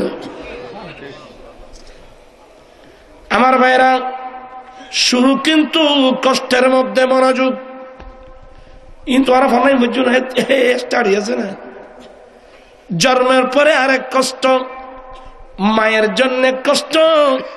আমার মতো ছেলেকে লালন পালন করতে গিয়ে কোথায় ঘুম কোথায় খাবার। এই শীতের মৌসুমে ফাখানা করে দিলাম, মাসরাফ করে দিলাম, সবাই ল্যাপটপ সঙ্গে আরামে ঘুমাচ্ছে, মায়ের চোখের মধ্যে ঘুম নাই। একদিক দিয়ে মায়ের কষ্ট, অপর দিক দিয়ে আমরা ছেলেদের কষ্ট। 2 বছর শুধু বয়ান শিখেছি, একবার হাত ভাঙ্গি ট্যাং ভাঙ্গি, তুই কে বুঝছি, আরেক কষ্ট। এরপরে শিক্ষার জীবন আরেক কষ্ট। শিক্ষার জীবন বেশি কষ্ট, কারণ শিক্ষার জীবন বিশেষ করে এটা মেধার ব্যাপার, ব্রেনের ব্যাপার, এগুলো আরো বেশি কষ্ট। এরপরে শিক্ষকতার জীবন আরেক কষ্ট, ব্যবসায়িক জীবন আরেক কষ্ট। দেখছেন ব্যবসা, কুয়াশা, বৃষ্টির মধ্যে কুয়াশা, দেখতে রাতের 3টা পর্যন্ত লোহা কাঁধে করে গাড়িতে উঠাচ্ছে, গাড়ি থেকে মান্না মারছে। আমার ভাইয়েরা, ব্যবসায়িক জীবন আরেক কষ্ট, চাকরির জীবন তো আরো মারাত্মক কষ্ট। এইভাবে সকরাতের বিছানা আরো মারাত্মক কষ্ট, সকরাতের বিছানা আরেক কষ্ট। এরপরে খবরের জগৎ আরেক কষ্ট। সবচেয়ে মারাত্মক কষ্টের জায়গা হলো কিয়ামতের ময়দান। ইনকা বসানো করছি না কোনদিন? মারাত্মক কষ্টের জায়গা কিয়ামতের ময়দান।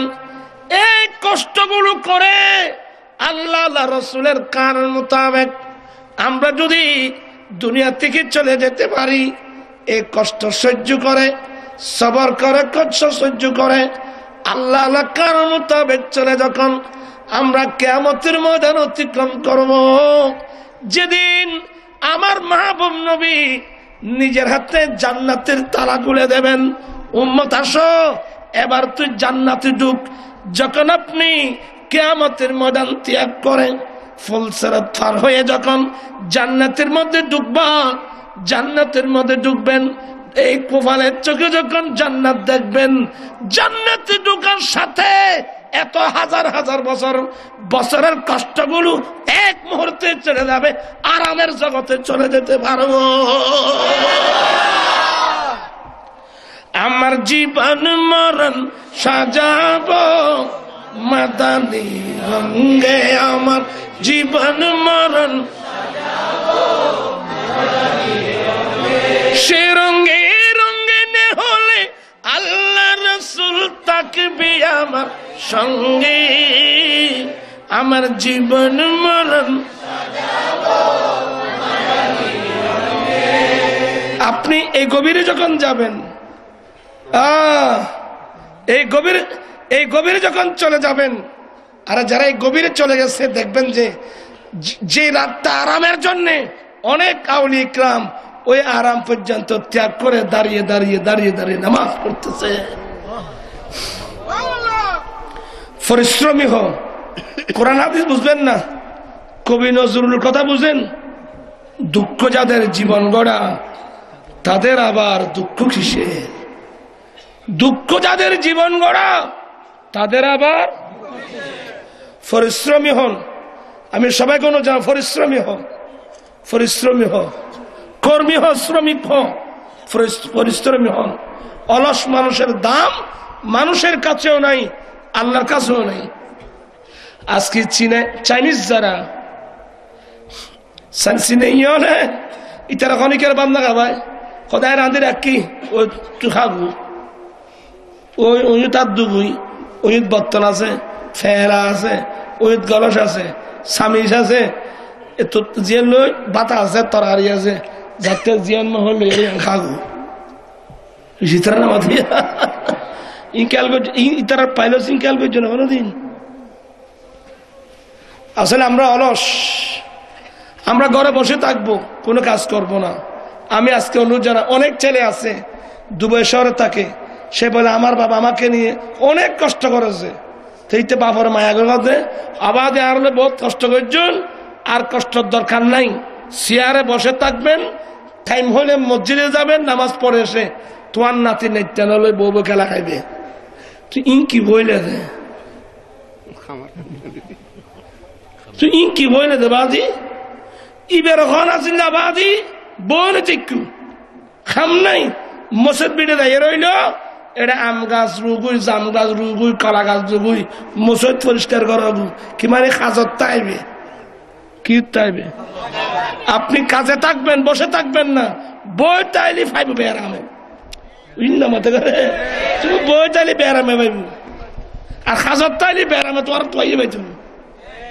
সমস্যা কি, আপনি যখন কাজ করবেন আপনার শরীর ঘামবে, আপনার শরীর ভিতরে যে জার্মগুলো আছে এগুলো যখন গাম হয়ে যখন বের হয়ে যাবে আপনার শরীর সুস্থ থাকবে। নতুন গাড়ি ও হতুন নিয়ে নতুন গাড়ি ওই কি হতুন চড়াই হয় দে বন্দরতুন না গাড়ি নিদে নতুন গাড়ি 1 মাস রাস্তার সাইডে ফেলে রাখা, 1 মাস পরে চেষ্টা দিতে থাকবে, স্টার্ট নিবে না। কেন? বসে থাকার কারণে মরিচিকা আসছে, ময়লা আসছে, আবর্জনা আসছে, স্টার্ট নিবে না। আর যে গাড়িটা রানিং এ থাকবে ইশারায় স্টার্ট হয়ে যাবে। আমি কি কথা বুঝাতে বললাম? আমি ছেলেদেরকে বলছি পরিশ্রমী হবে। হুজুর পরিশ্রম কি করব? রাস্তার পাশে গাছ রোপণ করবেন, গাছ রাস্তার পাশে গাছ রোপণ করবেন। হুজুর রাস্তায় তো আরো ন রাস্তার যার হোক, জায়গা যার হোক, বসে থাকবেন না। আম গাছ, জাম গাছ, লিচু গাছ রোপণ করেন। আমার নবী বলেন, উম্মত তোমরা গাছ রোপণ করো, গাছ লাগো, রোপণ করো।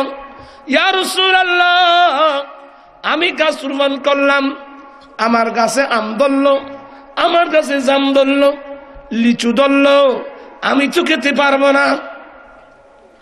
আমি তো খেতে 1 নম্বর আমি কিভাবে খাবো? জায়গা তো আমার না, আরেকজনের জায়গা। কমসে কম সরকারি জায়গা হলে রাস্তা দিয়ে যত মানুষ যাবে, কেউ চুরি করে আমার গাছের ফল খেয়ে ফেলবে। প্রত্যেক মানুষ আমার ফল খেয়ে ফেলবে। আমার নবী বলেন, উম্মত তোমাদের কাজ হলো গাছ রোপণ করা। তোমরা গাছ রোপণ করো।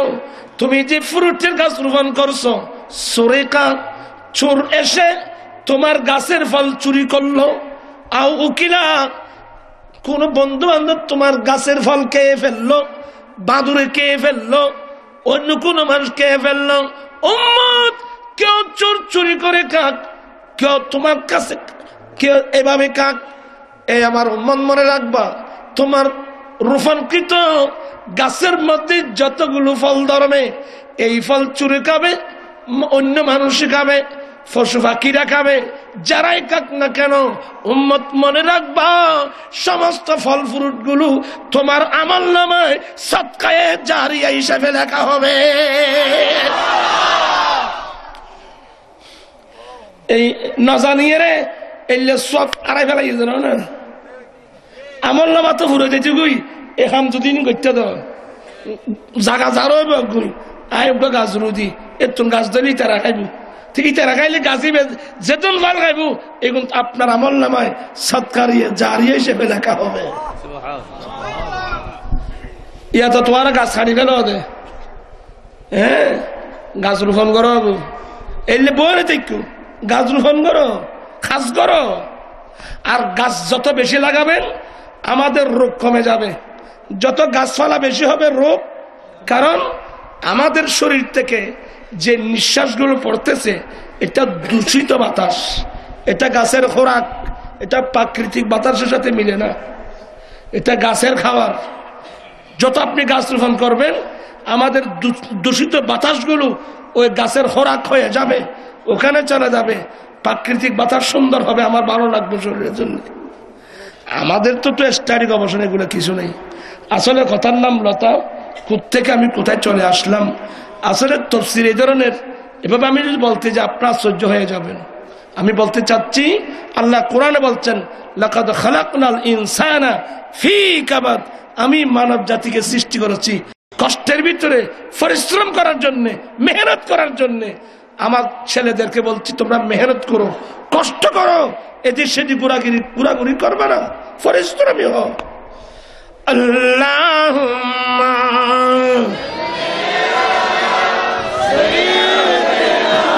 মাওলানা মুহাম্মাদ।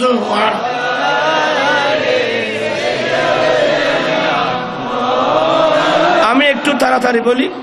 আমার আল্লাহ বলেন ইদা জাআ নাসরুল্লাহ, এটা সূরাতুন নসর। কেন? কারণ এই সূরার মধ্যে নসর শব্দ উল্লেখ আছে। নাসরুল্লাহ, আল্লাহর নসর, আল্লাহর সাহায্য। এখানে নসর শব্দ থাকার কারণে এই সূরাটার নাম হলো সূরাতুন নসর। আল্লাহ বলেন ইদা জাআ, মাদ্রাসার ছাত্র মনে রাখবা, মাজির উপর যখন শর্ত আসে তখন এটা মুজারার অর্থ হয়। ইদা জাআ নাসরুল্লাহি ওয়াল ফাত, আল্লাহ আমার রাসূলকে বলেন নবী গো, যখন আল্লাহর সাহায্য এবং বিজয় এসে যায়, যখন আল্লাহর সাহায্য এবং বিজয় এসে যায়, এখান থেকে আমাদের আকীদা রাখতে হবে সাহায্য এবং বিজয় কার পক্ষ থেকে? আল্লাহর পক্ষ থেকে। এটা মনে থাকবে তো, সাহায্য এবং বিজয় আল্লাহর পক্ষ থেকে। এই যে আমাদের ছেলেরা বিজয় দিবস করলো, কোন দিবস? আচ্ছা বিজয় দিবস করলে বললে বুঝুদে নাচছি দেরি বিজয় দিল হনে তুই কর আর কি। এই সূরার মধ্যে ব্যাখ্যা নাসিয়া ইদা জাআ নাসরুল্লাহি ওয়াল ফাত, রাসূল যখন আল্লাহর সাহায্য এবং বিজয় আসে, ওয়ারাআইতান নাসা ইয়াদখুলুনা ফি দীনিল্লাহি আফওয়াজা, এবং আপনি দেখতেছেন মানুষ দলে দলে যাকে যাকে ইসলাম ধর্মের মধ্যে প্রবেশ করতেছে। ওরা মত কষ্টেন কেন বলল তোরা ফল দিয়া কীর্তন বলছে।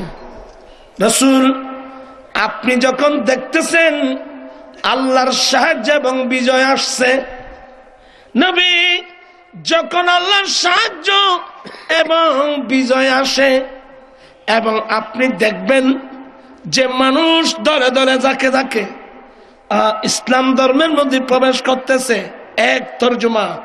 দ্বিতীয় নম্বর তাফসীর হলো রাসূল আপনি যখন দেখতেছেন বিজয় এবং আল্লাহর পক্ষ থেকে বিজয় এবং সাহায্য আসছে, আসার পর আপনি দেখলেন যে মানুষ দলে দলে যাকে যাকে ইসলাম ধর্মের মধ্যে প্রবেশ করতেছে,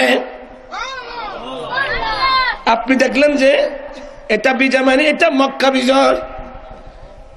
এটা কোন বিজয়? কোন মনোযোগ? এটা কোন বিজয়? মক্কা বিজয়। কারণ ওয়ারাইতান নাসা ইয়াদখুলুনা ফি দীনিল্লাহি আফওয়াজা, মানুষ দলে দলে যাকে যাকে ইসলাম ধর্মের মধ্যে প্রবেশ করতেছে, প্রবেশ করেছে। এটা কিন্তু মক্কা বিজয়ের পরে ৬ষ্ঠ হিজরিতে হুদায়বিয়ার সন্ধি। কয় হিজরি? ই তারা বলে আর ওয়াজুল কয় হিজরি? ৬ষ্ঠ হিজরিতে হুদায়বিয়ার সন্ধি।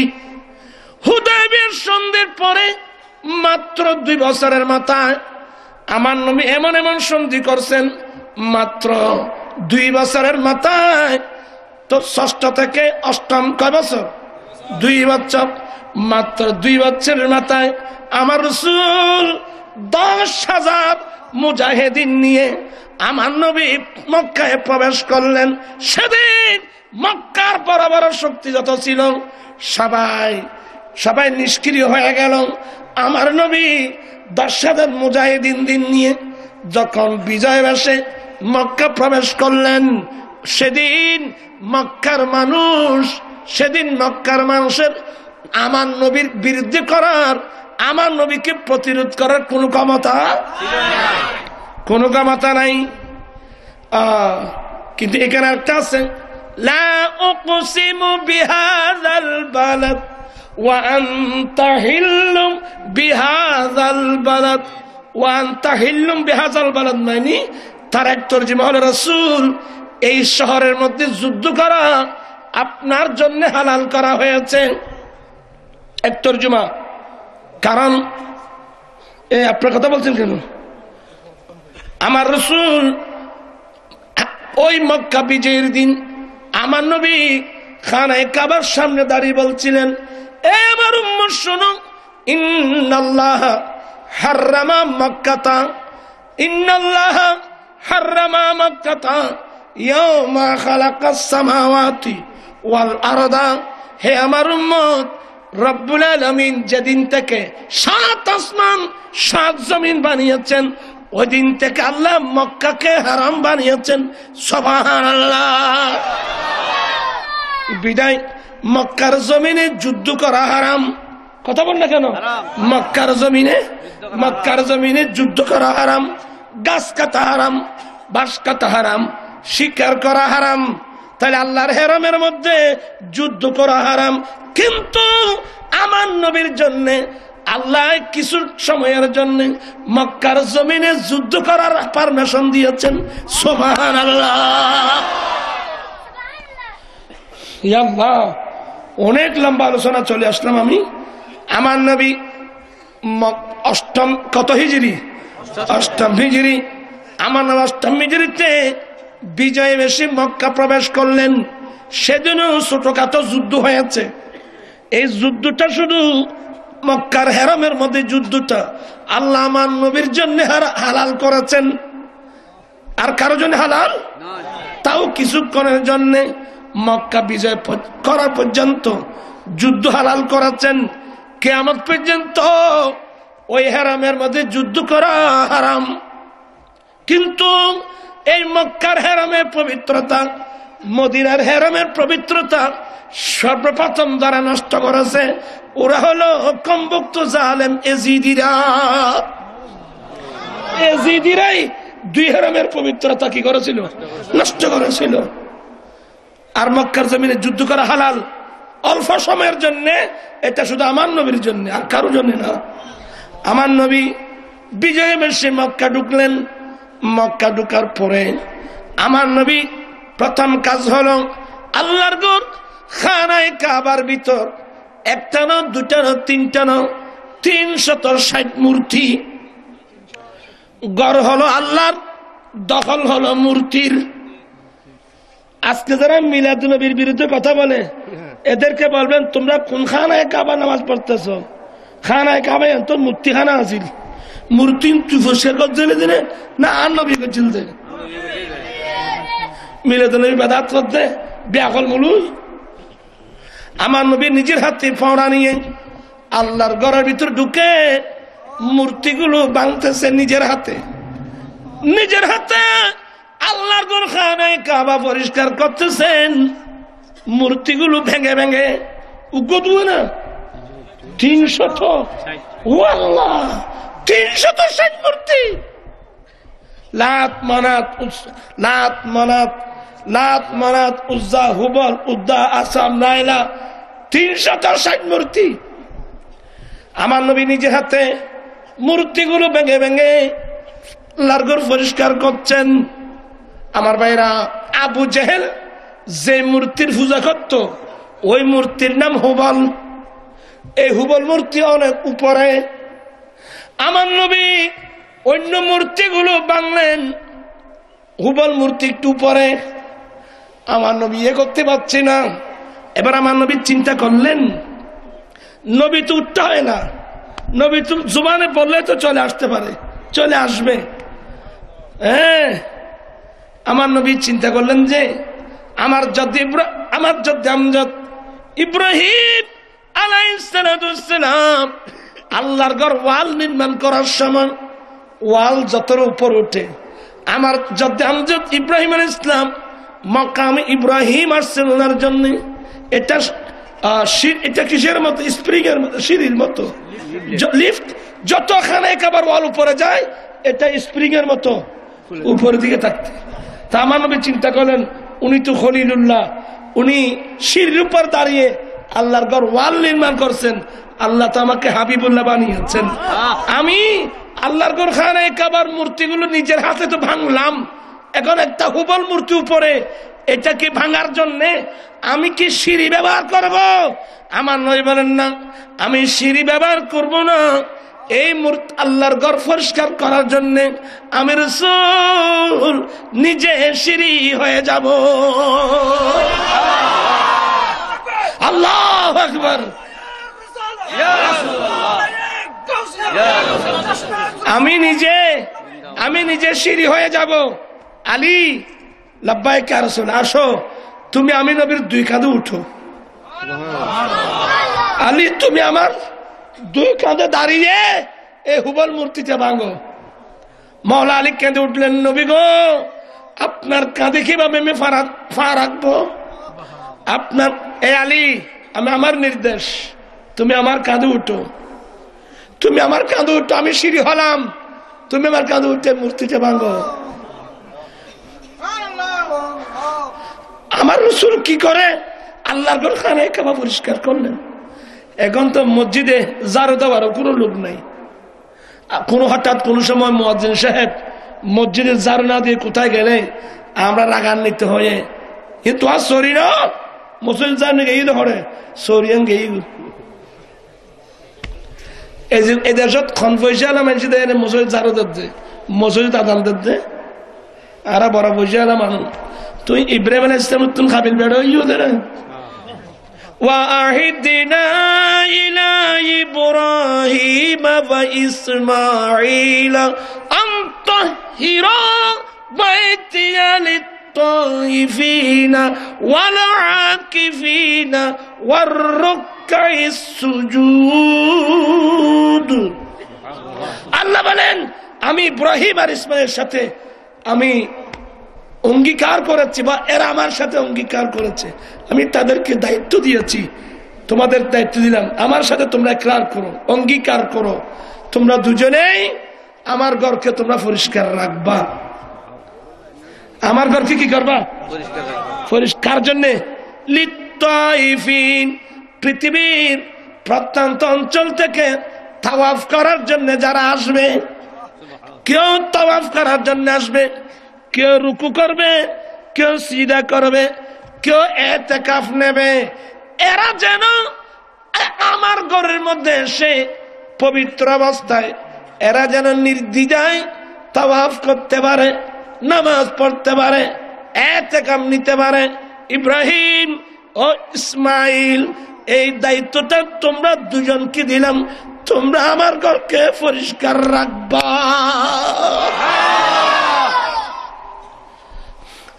আজ থেকে মসজিদে ঝাড়ু কে দিতে পারবেন? আমি নিজে দেখছি যে ইমাম আহলে সুন্নাত আল্লামা হাশিমি সাহেব অনেকবার মসজিদে ঝাড়ু দিয়েছেন। আইবে তুমি শিক্ষি দিয়ে গিন, উনি কাউকে বলতেন না, নিজে ঝাড়ু দিতেন মসজিদে। আমরা ছোটবেলায় মসজিদের, এখন তো কত আধুনিক, ওই যুগে তো পানির হোস ছিল। আম্মু বলতেন, বাবা মসজিদে গিয়ে ওখানে হোসের মধ্যে পানি ঢেলে দিবে, যাতে মানুষ পা ধুয়ে যেন মসজিদে ঢুকতে পারে, মসজিদ পরিষ্কার করবা, আজান দিবা। এখন এই মন মানসিকতার লোক তো এখন নাই বাবা। মসজিদে আজান দিতে পারবা? তোরা বল পারবি না রে? বললো গজ্জু খাম করা আজান দিয়ে গু, আজান দেওয়ার পুরস্কার কত? আমার রাসূল বলেন, আতওয়ালুল উনুক, কিয়ামতের মাঠে তাদের গর্দন লম্বা হয়ে যাবে, সবার উপরে দেখা যাবে। জিজ্ঞাসা করা ছাড়া মানুষ বুঝতে পারবে এই লোকটা নিশ্চয়ই দুনিয়ার মধ্যে মুয়াজ্জিন ছিল। আজকালকার ছেলেরা তো আজান পড়ে না, আজান শিখে না। আমরা মা বাবারা তো ছেলেদেরকে আজান শিখাই না, নামাজও পড়াই না, আজান শিখাই না, মসজিদ পরিষ্কার করার জন্য বলি না। কি হয়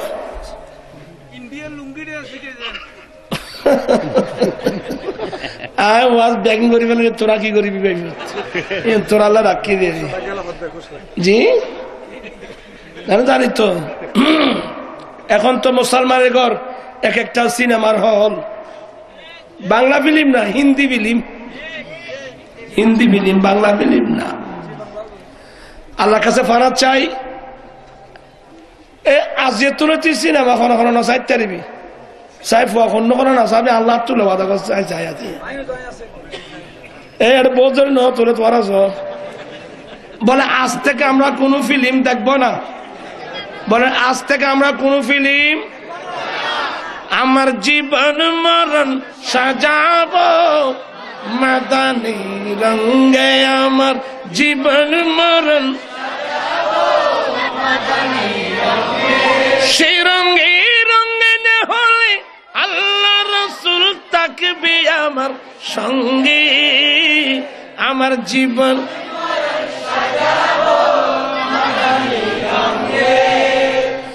আমার জীবন আমার মরণ আমি সাজাবো মাদানী রং দিয়ে, মাদানী রং মানে আমার নবীর সুন্নাত দিয়ে। আমরা দয়াল নবীর সুন্নাত দিয়ে, আমরা প্রিয় নবীর সুন্নাত দিয়ে নিজের জীবনকে সাজাতে চাই কি চাই না? দুই হাত উঠে বলে আমরা চাই কি চাই না?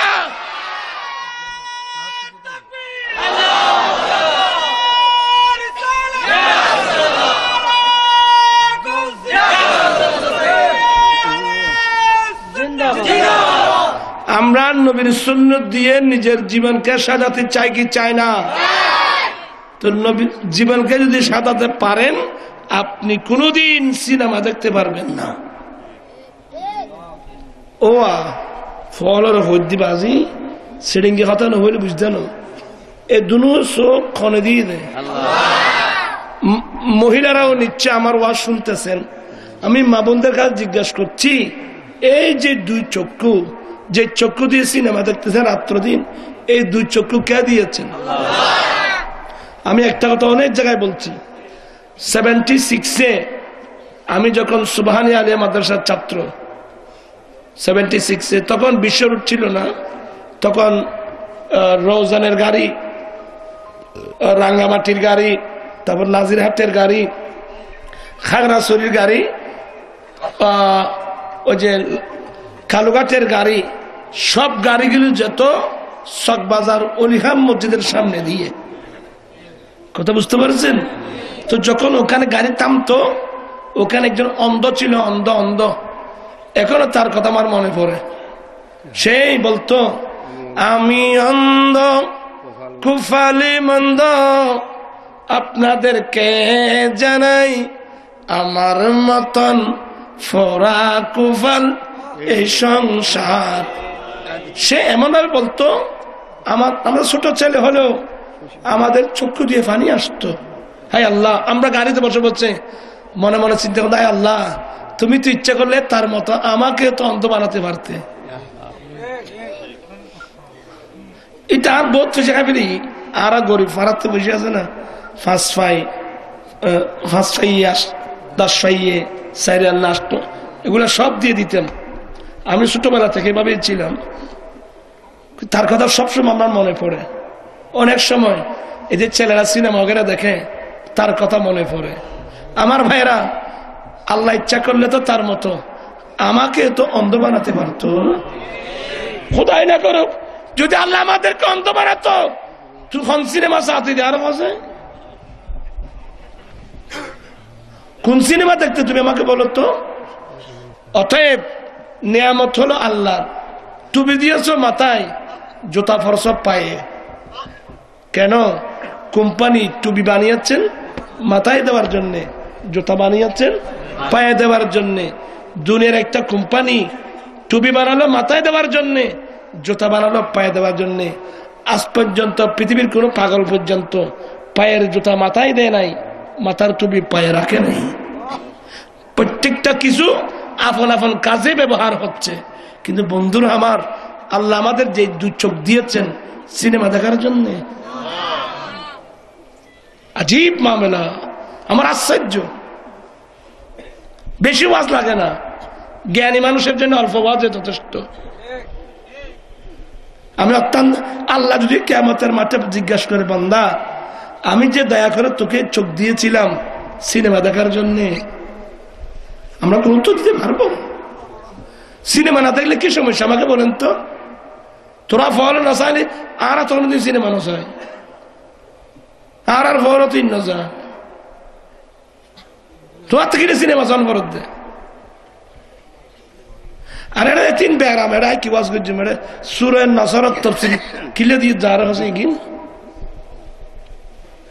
আল্লাহ বলেন, তোরা কে কইবে সিনেমা চাইবে না? আজি তুই মতর বিচার জন্ম সিনেমা চাইতাম না। এ আত্মলি আল্লাহ আত্মলি আত্মলি নারায়ে তাকবীর, নারায়ে রিসালাত, নারায়ে গাউসিয়া, জামাত আহলে সুন্নাত। আল্লাহ তুমি কবুল করো। আমি এক জায়গায় যখন বললাম হুজুর মাসে 300 টাকা ধরে বাঁচি দেব, এটা বলে ডিসুর লাইন আছে বলে পড়ে। হ্যাঁ,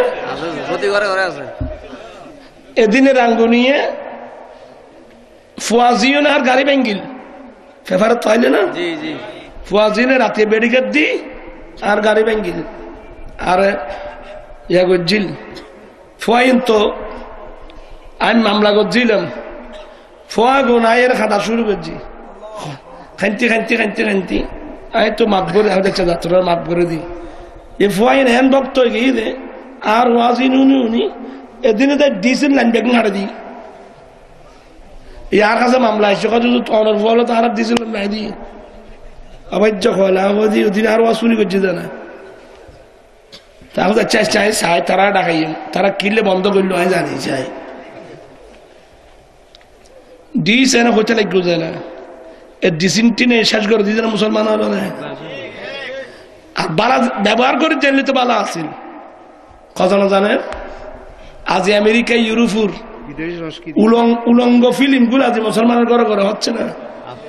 আজকে ল্যাপটপ, হ্যাঁ ইয়ং ইয়ং যুবক যুবতীরা ফর তো ল্যাপটপ কিনে দিও, রাতের 3টা বাজে সেই ল্যাপটপ কি দেখে দেখছেন। সেদিন আমি আজাদি বাজার আমার মাদ্রাসা থেকে গাড়িতে করে চিটাংশনে যাচ্ছিলাম, হঠাৎ সামনে দেখুন একটা হাইস, আরে হ্যাঁ স্যার পিছনের সিটের 4 জন ছেলে, আমার মনে হয় কলেজের ছাত্র হতে পারে, 4 জনের হাতে 4টা ল্যাপটপ। আজাদি বাজার থেকে অক্সিজেন পর্যন্ত চলে গেল, এরা জানে না ওরা কোথায় গিয়েছে। এরা দেখতেছে ল্যাপটপের মধ্যে এমন, এগুলো আমি কি বলতাম, এমন উলঙ্গ ফিল্ম, এমন ফিল্ম দেখলে কোন যুবক যুবতী তার যৌবনে তাকে কন্ট্রোল করতে পারবে না। আজকে আমাদের ছেলে মেয়েরা সব শেষ, অথচ আমরা ইমামুল আম্বিয়ার উম্মত, যিনি আসছেন উতাম্মিমা মাকারিমাল আখলাক। আল্লাহ আমার দেশবাসীকে হেফাজত করুন। আমার এই নসিহত গুলো মনে রাখবা, আমরা বাঁচবো কয়দিন, হায়াত তো চলে গেছে, কবরস্থান চেয়ে আছে আমার জন্য। আপনার বাবা কোথায়, আমার দাদা কোথায়, আপনার দাদা কোথায়, কবরস্থানের কথা একটু খবর রাখো, এগুলো বন্ধ করো, নবীর সুন্নাত মোতাবেক চলার চেষ্টা করো। আর আপনারা জানেন আমি যে আন্দোলন, যৌতুক বিরোধী যে আন্দোলন, এটা অত্যন্ত গুরুত্বপূর্ণ। আজকে লক্ষ লক্ষ গরিব ধরে মেয়েরা উপযুক্ত, যৌতুকের কারণে মেয়েদের বিবাহ হচ্ছে না। আমি অনুরোধ জানাবো, আমার রসুল 11টা শাদী করে প্র্যাকটিক্যাল উম্মতদেরকে বিবাহের সিস্টেম শিক্ষা দিয়েছে। আমরা কোনোদিন বিয়ে করার সময় নবীকে ফলো করছি? আপনারা সবাই বসে ওবা আমি বৈরাত খদুন এ ফলে বাত্ত বাদ দে, এ বাত্ত বেগুন ফেড়ু বেগুন জুটি না ওবা বাদ কিনলে খুঁজি না যে ওয়াস আসা উত্তর বাদ কিনলে খুঁজি নে বাবা। 1 নম্বরে বড় যাত্রী ধরতেছেন, এটা রসুলের সুন্নত বিরোধী কথা বলে, এটা নবীর সুন্নত বিরোধী। দ্বিতীয় নম্বর আইটেম খাওয়ার আইটেম রূপচাঁদা মুরগির রোস্ট আয় বহুত রাইকুশ দেখি বা দেন রাইকুশ দুনিয়া নো দে তোমার সহ্য গোষ্ঠী কোনোদিন শোয়াইছে না দেখে। 2 তৃতীয় নম্বর ফুল ফার্নিচার ফার্নিচার। তৃতীয় নম্বর টিয়া হলাক দিব। চতুর্থ নম্বর ব্যাকিং করি গেইয়ে জামাই বৌর লই সোরা বেড়ানি খাইতে যাতে এটা আর কদুন লেজে খাই বেয়াই মাথানো করে আর কদুন খাই বেন মাথানি করে আর কদুন খাই খরবান যাতে আইসি এবার কত চল দ গরু দ মহিষ দ বৈশ দ ইয়েল দ মাপ দ তোরা আর গাল দেখো হ্যাঁ আসি বাজি আজ তোর ন মরি ইনশাল্লাহ। আমি এমন আঞ্জুমন করছি না আমার ছেলের আন্দোলন চালিয়ে যাবে। বড় যাত্রীর খাবার বন্ধ করো।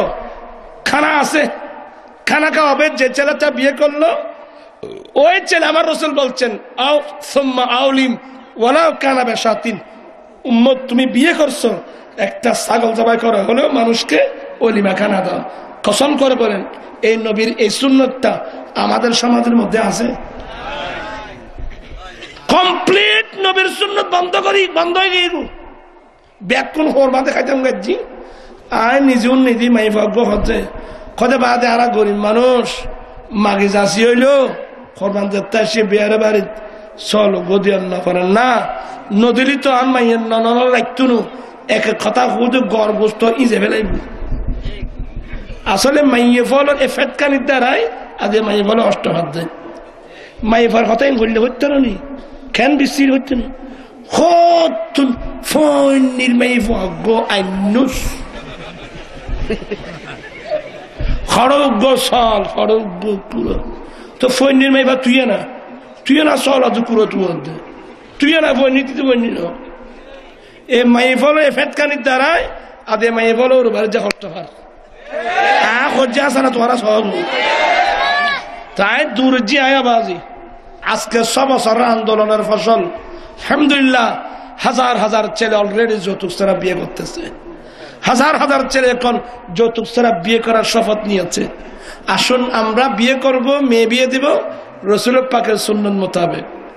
আমি ছেলেদেরকে বিনয়ের সাথে বলছি আবার তোরা গোস্ব হইবে ফল হুদা হারা ও নতুন কিছু হইতেন এই মানুষ খত্তুন আইলা ঠিককে। আমি তোমাদের জন্য আন্দোলন করছি। আমি সরকারকে 12টা দাবি দিয়েছি। তন্মধ্যে একটা দাবি হলো আমাদের দেশে রাষ্ট্রীয়ভাবে স্থায়ীভাবে ম্যারেজ ফান্ড গঠন করা হোক। সেই ম্যারেজ ফান্ড থেকে ওই গরিব ছেলেকে তার বিয়ের পূর্বে 5 বছর মেয়াদের জন্য বিনা সুদে 1 লক্ষ টাকার একটা ঋণ দেওয়ার ব্যবস্থা করা হোক। এটা যদি সংসদে পাশ করাতে পারি একজন গরিব ছেলে বিয়ের পূর্বে সরকারি ম্যারেজ ফান্ড থেকে 5 বছর মেয়াদের জন্য সুদ ছাড়া 1 লাখ টাকা ঋণ পায়, সে যৌতুক ছাড়া নির্বিঘ্নে বিয়ে করতে পারবে। এই দাবির জন্য আগামী মার্চের 5 তারিখ কি বললাম বাবা? আগামী মার্চের 5 তারিখ ঐতিহাসিক চট্টগ্রাম লালদিঘির মাঠে আমার আঞ্জুমানের এসবিআই নুরিয়ার উদ্যোগে যৌতুক বিরোধী মহাসমাবেশ ঐতিহাসিক তাফসীর কোরআন মাহফিল হবে ইনশাআল্লাহ লালদিঘির মাঠে। আমি আপনাদেরকে দাওয়াত দিয়ে যাচ্ছি, আপনারা কি যাবেন? যারা যারা ইয়ং ইনশাআল্লাহ আমি আপনাদেরকে দাওয়াত দিয়ে যাচ্ছি। আপনারা গাড়ির বহর নিয়ে যাবেন ইনশাআল্লাহ, হুজুরও যাবে। আরেকটা দাওয়াত আগামী ফেব্রুয়ারি মাসের 1 তারিখ এ আমার আজাদি বাজার যে মাদ্রাসা করছি 2 আহলে সুন্নাত ওয়াল জামাত ইমাম যাদের কোরবানি ভাই আমরা সুন্নিয়ত পেয়েছি। এক হলো গাজী দ্বীনি মিল্লাত শেরে বাংলা রহমতুল্লাহ নামে আজিজিয়া। শেরে বাংলা রহমতুল্লাহ যাওয়ার পরে সুন্নিয়তের ইমামতের দায়িত্ব যাকে দিয়ে গেছেন আল্লামা ইমাম হাশেমি। এ হাশেমির নামে আজিজিয়া হাশেমিয়া নুরিয়া মাদ্রাসা।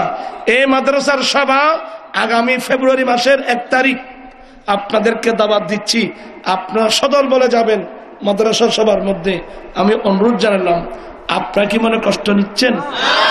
আর বিশেষ করে মার্চের কত তারিখ আরেকটা আছে আমাদের দাওয়াত ইসলামী একটা আছে না, আগামী 10, 11, 12 3 দিন ব্যাপী এই ইনশাআল্লাহ সুন্নতে বড় ইজতেমা কোন ওয়াহাবি তবলিগের না দেবে এখন সুন্নি তবলিগ আছে না নাই আমাদের দাওয়াত ইসলামী আছে না নাই সবাই দল বেঁধে ওখানে যাবেন দেখবেন যে রাসূল পাকের সুন্নত তরিকা কাকে বলে আমি আসলে এতক্ষণ আলোচনা করব আরে কি কারণে ছেলেরা আমাকে তফসির দিল এদের উদ্দেশ্য আমি দীর্ঘক্ষণ কি করি ছেলেদের সালাকি তো আমি বুঝি আয় আমাদের রাজনীতি মারা মেয়ে শুনি দাঁড়িয়ে পেকে দেয় না আর ফলও যদি আর রাজনীতি শিখে কেন করতে মারো বুঝো ইদা জাআ নাসরুল্লাহি ওয়াল ফাত ওয়া রাআইতান নাসা ইয়াদখুলুনা ফি দীনিল্লাহি আফওয়াজা আল্লাহ বলেন রাসূল যখন আল্লাহর সাহায্য এবং বিজয় আসে আপনি দেখবেন মানুষ দলে দলে যাকে যাকে ইসলাম ধর্মের মধ্যে প্রবেশ করছে বন্ধুরা আমার এই বিজয় বলতে মক্কা বিজয় এই বিজয় বলতে মক্কা বিজয় কারণ মক্কা বিজয়ের পরে এমনকি যে আবু সুফিয়ান আমার নবীর বিরুদ্ধে আজীবন নেতৃত্ব দিয়েছিল সে আবু সুফিয়ান পর্যন্ত ইসলাম ধর্ম গ্রহণ করেছেন মক্কা বিজয়ের দিন সুবহানাল্লাহ আল্লাহ বলেন রাসূল যখন দেখছেন যে মানুষ দলে দলে যাকে যাকে ইসলাম ধর্মের মধ্যে প্রবেশ করছেন এবার আপনি ফাসাব্বিহ বিহামদি রাব্বিকা ওয়াস্তাগফিরহু আপনি আপনার রবের প্রশংসার সাথে আল্লাহর তাসবিহ পড়ুন আল্লাহর কাছে ক্ষমা প্রার্থনা করুন আল্লাহর কাছে ক্ষমা প্রার্থনা করুন ইন্নাহু কানা নিশ্চয় তিনি বড় তওবা কবুলকারী বড় দয়ালু জোরে বলুন না সুবহানাল্লাহ ইনশাআল্লাহ ফাসাব্বিহ বিহামদি রাব্বিকা ওয়াস্তাগফিরহু তাফসীর আমি আজকে করব না এগুলো কঠিন আলোচনা যেতে হবে অনেক দিনের মানুষের বুঝেও আসবে না এরা যখন দিয়েছে আমি বরকতান এই কথাগুলো বললাম মনে কি কোনো কষ্ট নিলেন আল্লাহ পাক এই মাহফিলকে কবুল করুক যারা এই সিদ্দিক আকবর নামে যে সিদ্ধি সংসদ এই সিদ্ধি প্রত্যেক বাইর হায়াতের মধ্যে বরকত দান করুক এবং মা বোনদের কাছে অনুরোধ জানাবো মা বোনরা পর্দা করবেন আর এই ফেটকান্নে হতাই মাই বলে বন্ধ করো ফেটকান্নে হতায় মাই বলে বন্ধ নগরলি তাহলে মাই বলে একই কষ্ট পার অনেক মেয়েরা কষ্ট পাচ্ছে আপনি দেখেন না লক্ষ লক্ষ গরিব করে মেয়েরা উপযুক্ত অনেক মেয়ের বিবাহ হচ্ছে না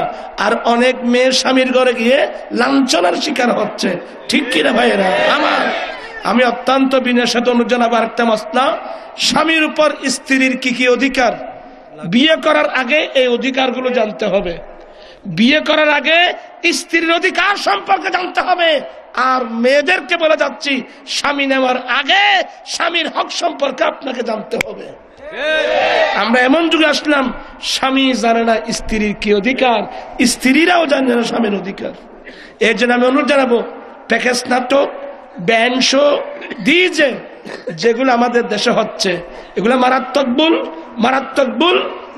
ভুল বাবা দোকান দিলেন মোহাম্মদ তকিরহাটের দোকান আমিরহাটের দোকান দিলেন দোকানটা ওপেনিং করলেন মিলাদ দিয়ে কোরআন খতম দিয়ে আর বিয়ে ওপেনিং করতেছেন প্যাকেজ নাটক দিয়ে তাহলে বোঝা গেল আপনি বিয়ে কি জন্য করে হয় আপনি জানেন না আমার ভাইয়েরা ছেলেদেরকে বলে যাচ্ছি আমি আমার কথা মনে রাখিও বিয়ে করবা সুন্দর স্ত্রী নিয়ে এনজয় করার জন্য না বিয়ে করবেন আল্লাহর পক্ষ থেকে একজন দুজন নেককার ছেলে সন্তান পাওয়ার জন্য আপনি যেদিন নেককার ছেলে সন্তান পাওয়ার আশায় বিয়ে করবেন আপনি কোনোদিন প্যাকেজ নাটক দিতে পারবেন না ব্যান্ড দিতে পারবেন না এগুলো দিলে আল্লাহ নারাজ হবে আল্লাহ নারাজ হলে আল্লাহ আপনাকে কোনোদিন নেককার ছেলে সন্তান দিবে না তাই আমি আপনাদেরকে নসিহত করব প্যাকেজ নাটক ব্যান্ড না দিয়ে আপনারা বিয়ে উপলক্ষে একটা মিলাদ মাহফিল দিবেন এবং হুজুরকে বলবেন হুজুর এটা আমার বিয়ে উপলক্ষে মাহফিল আপনি শুধু বয়ান করবেন স্বামীর উপর স্ত্রীর কি কি অধিকার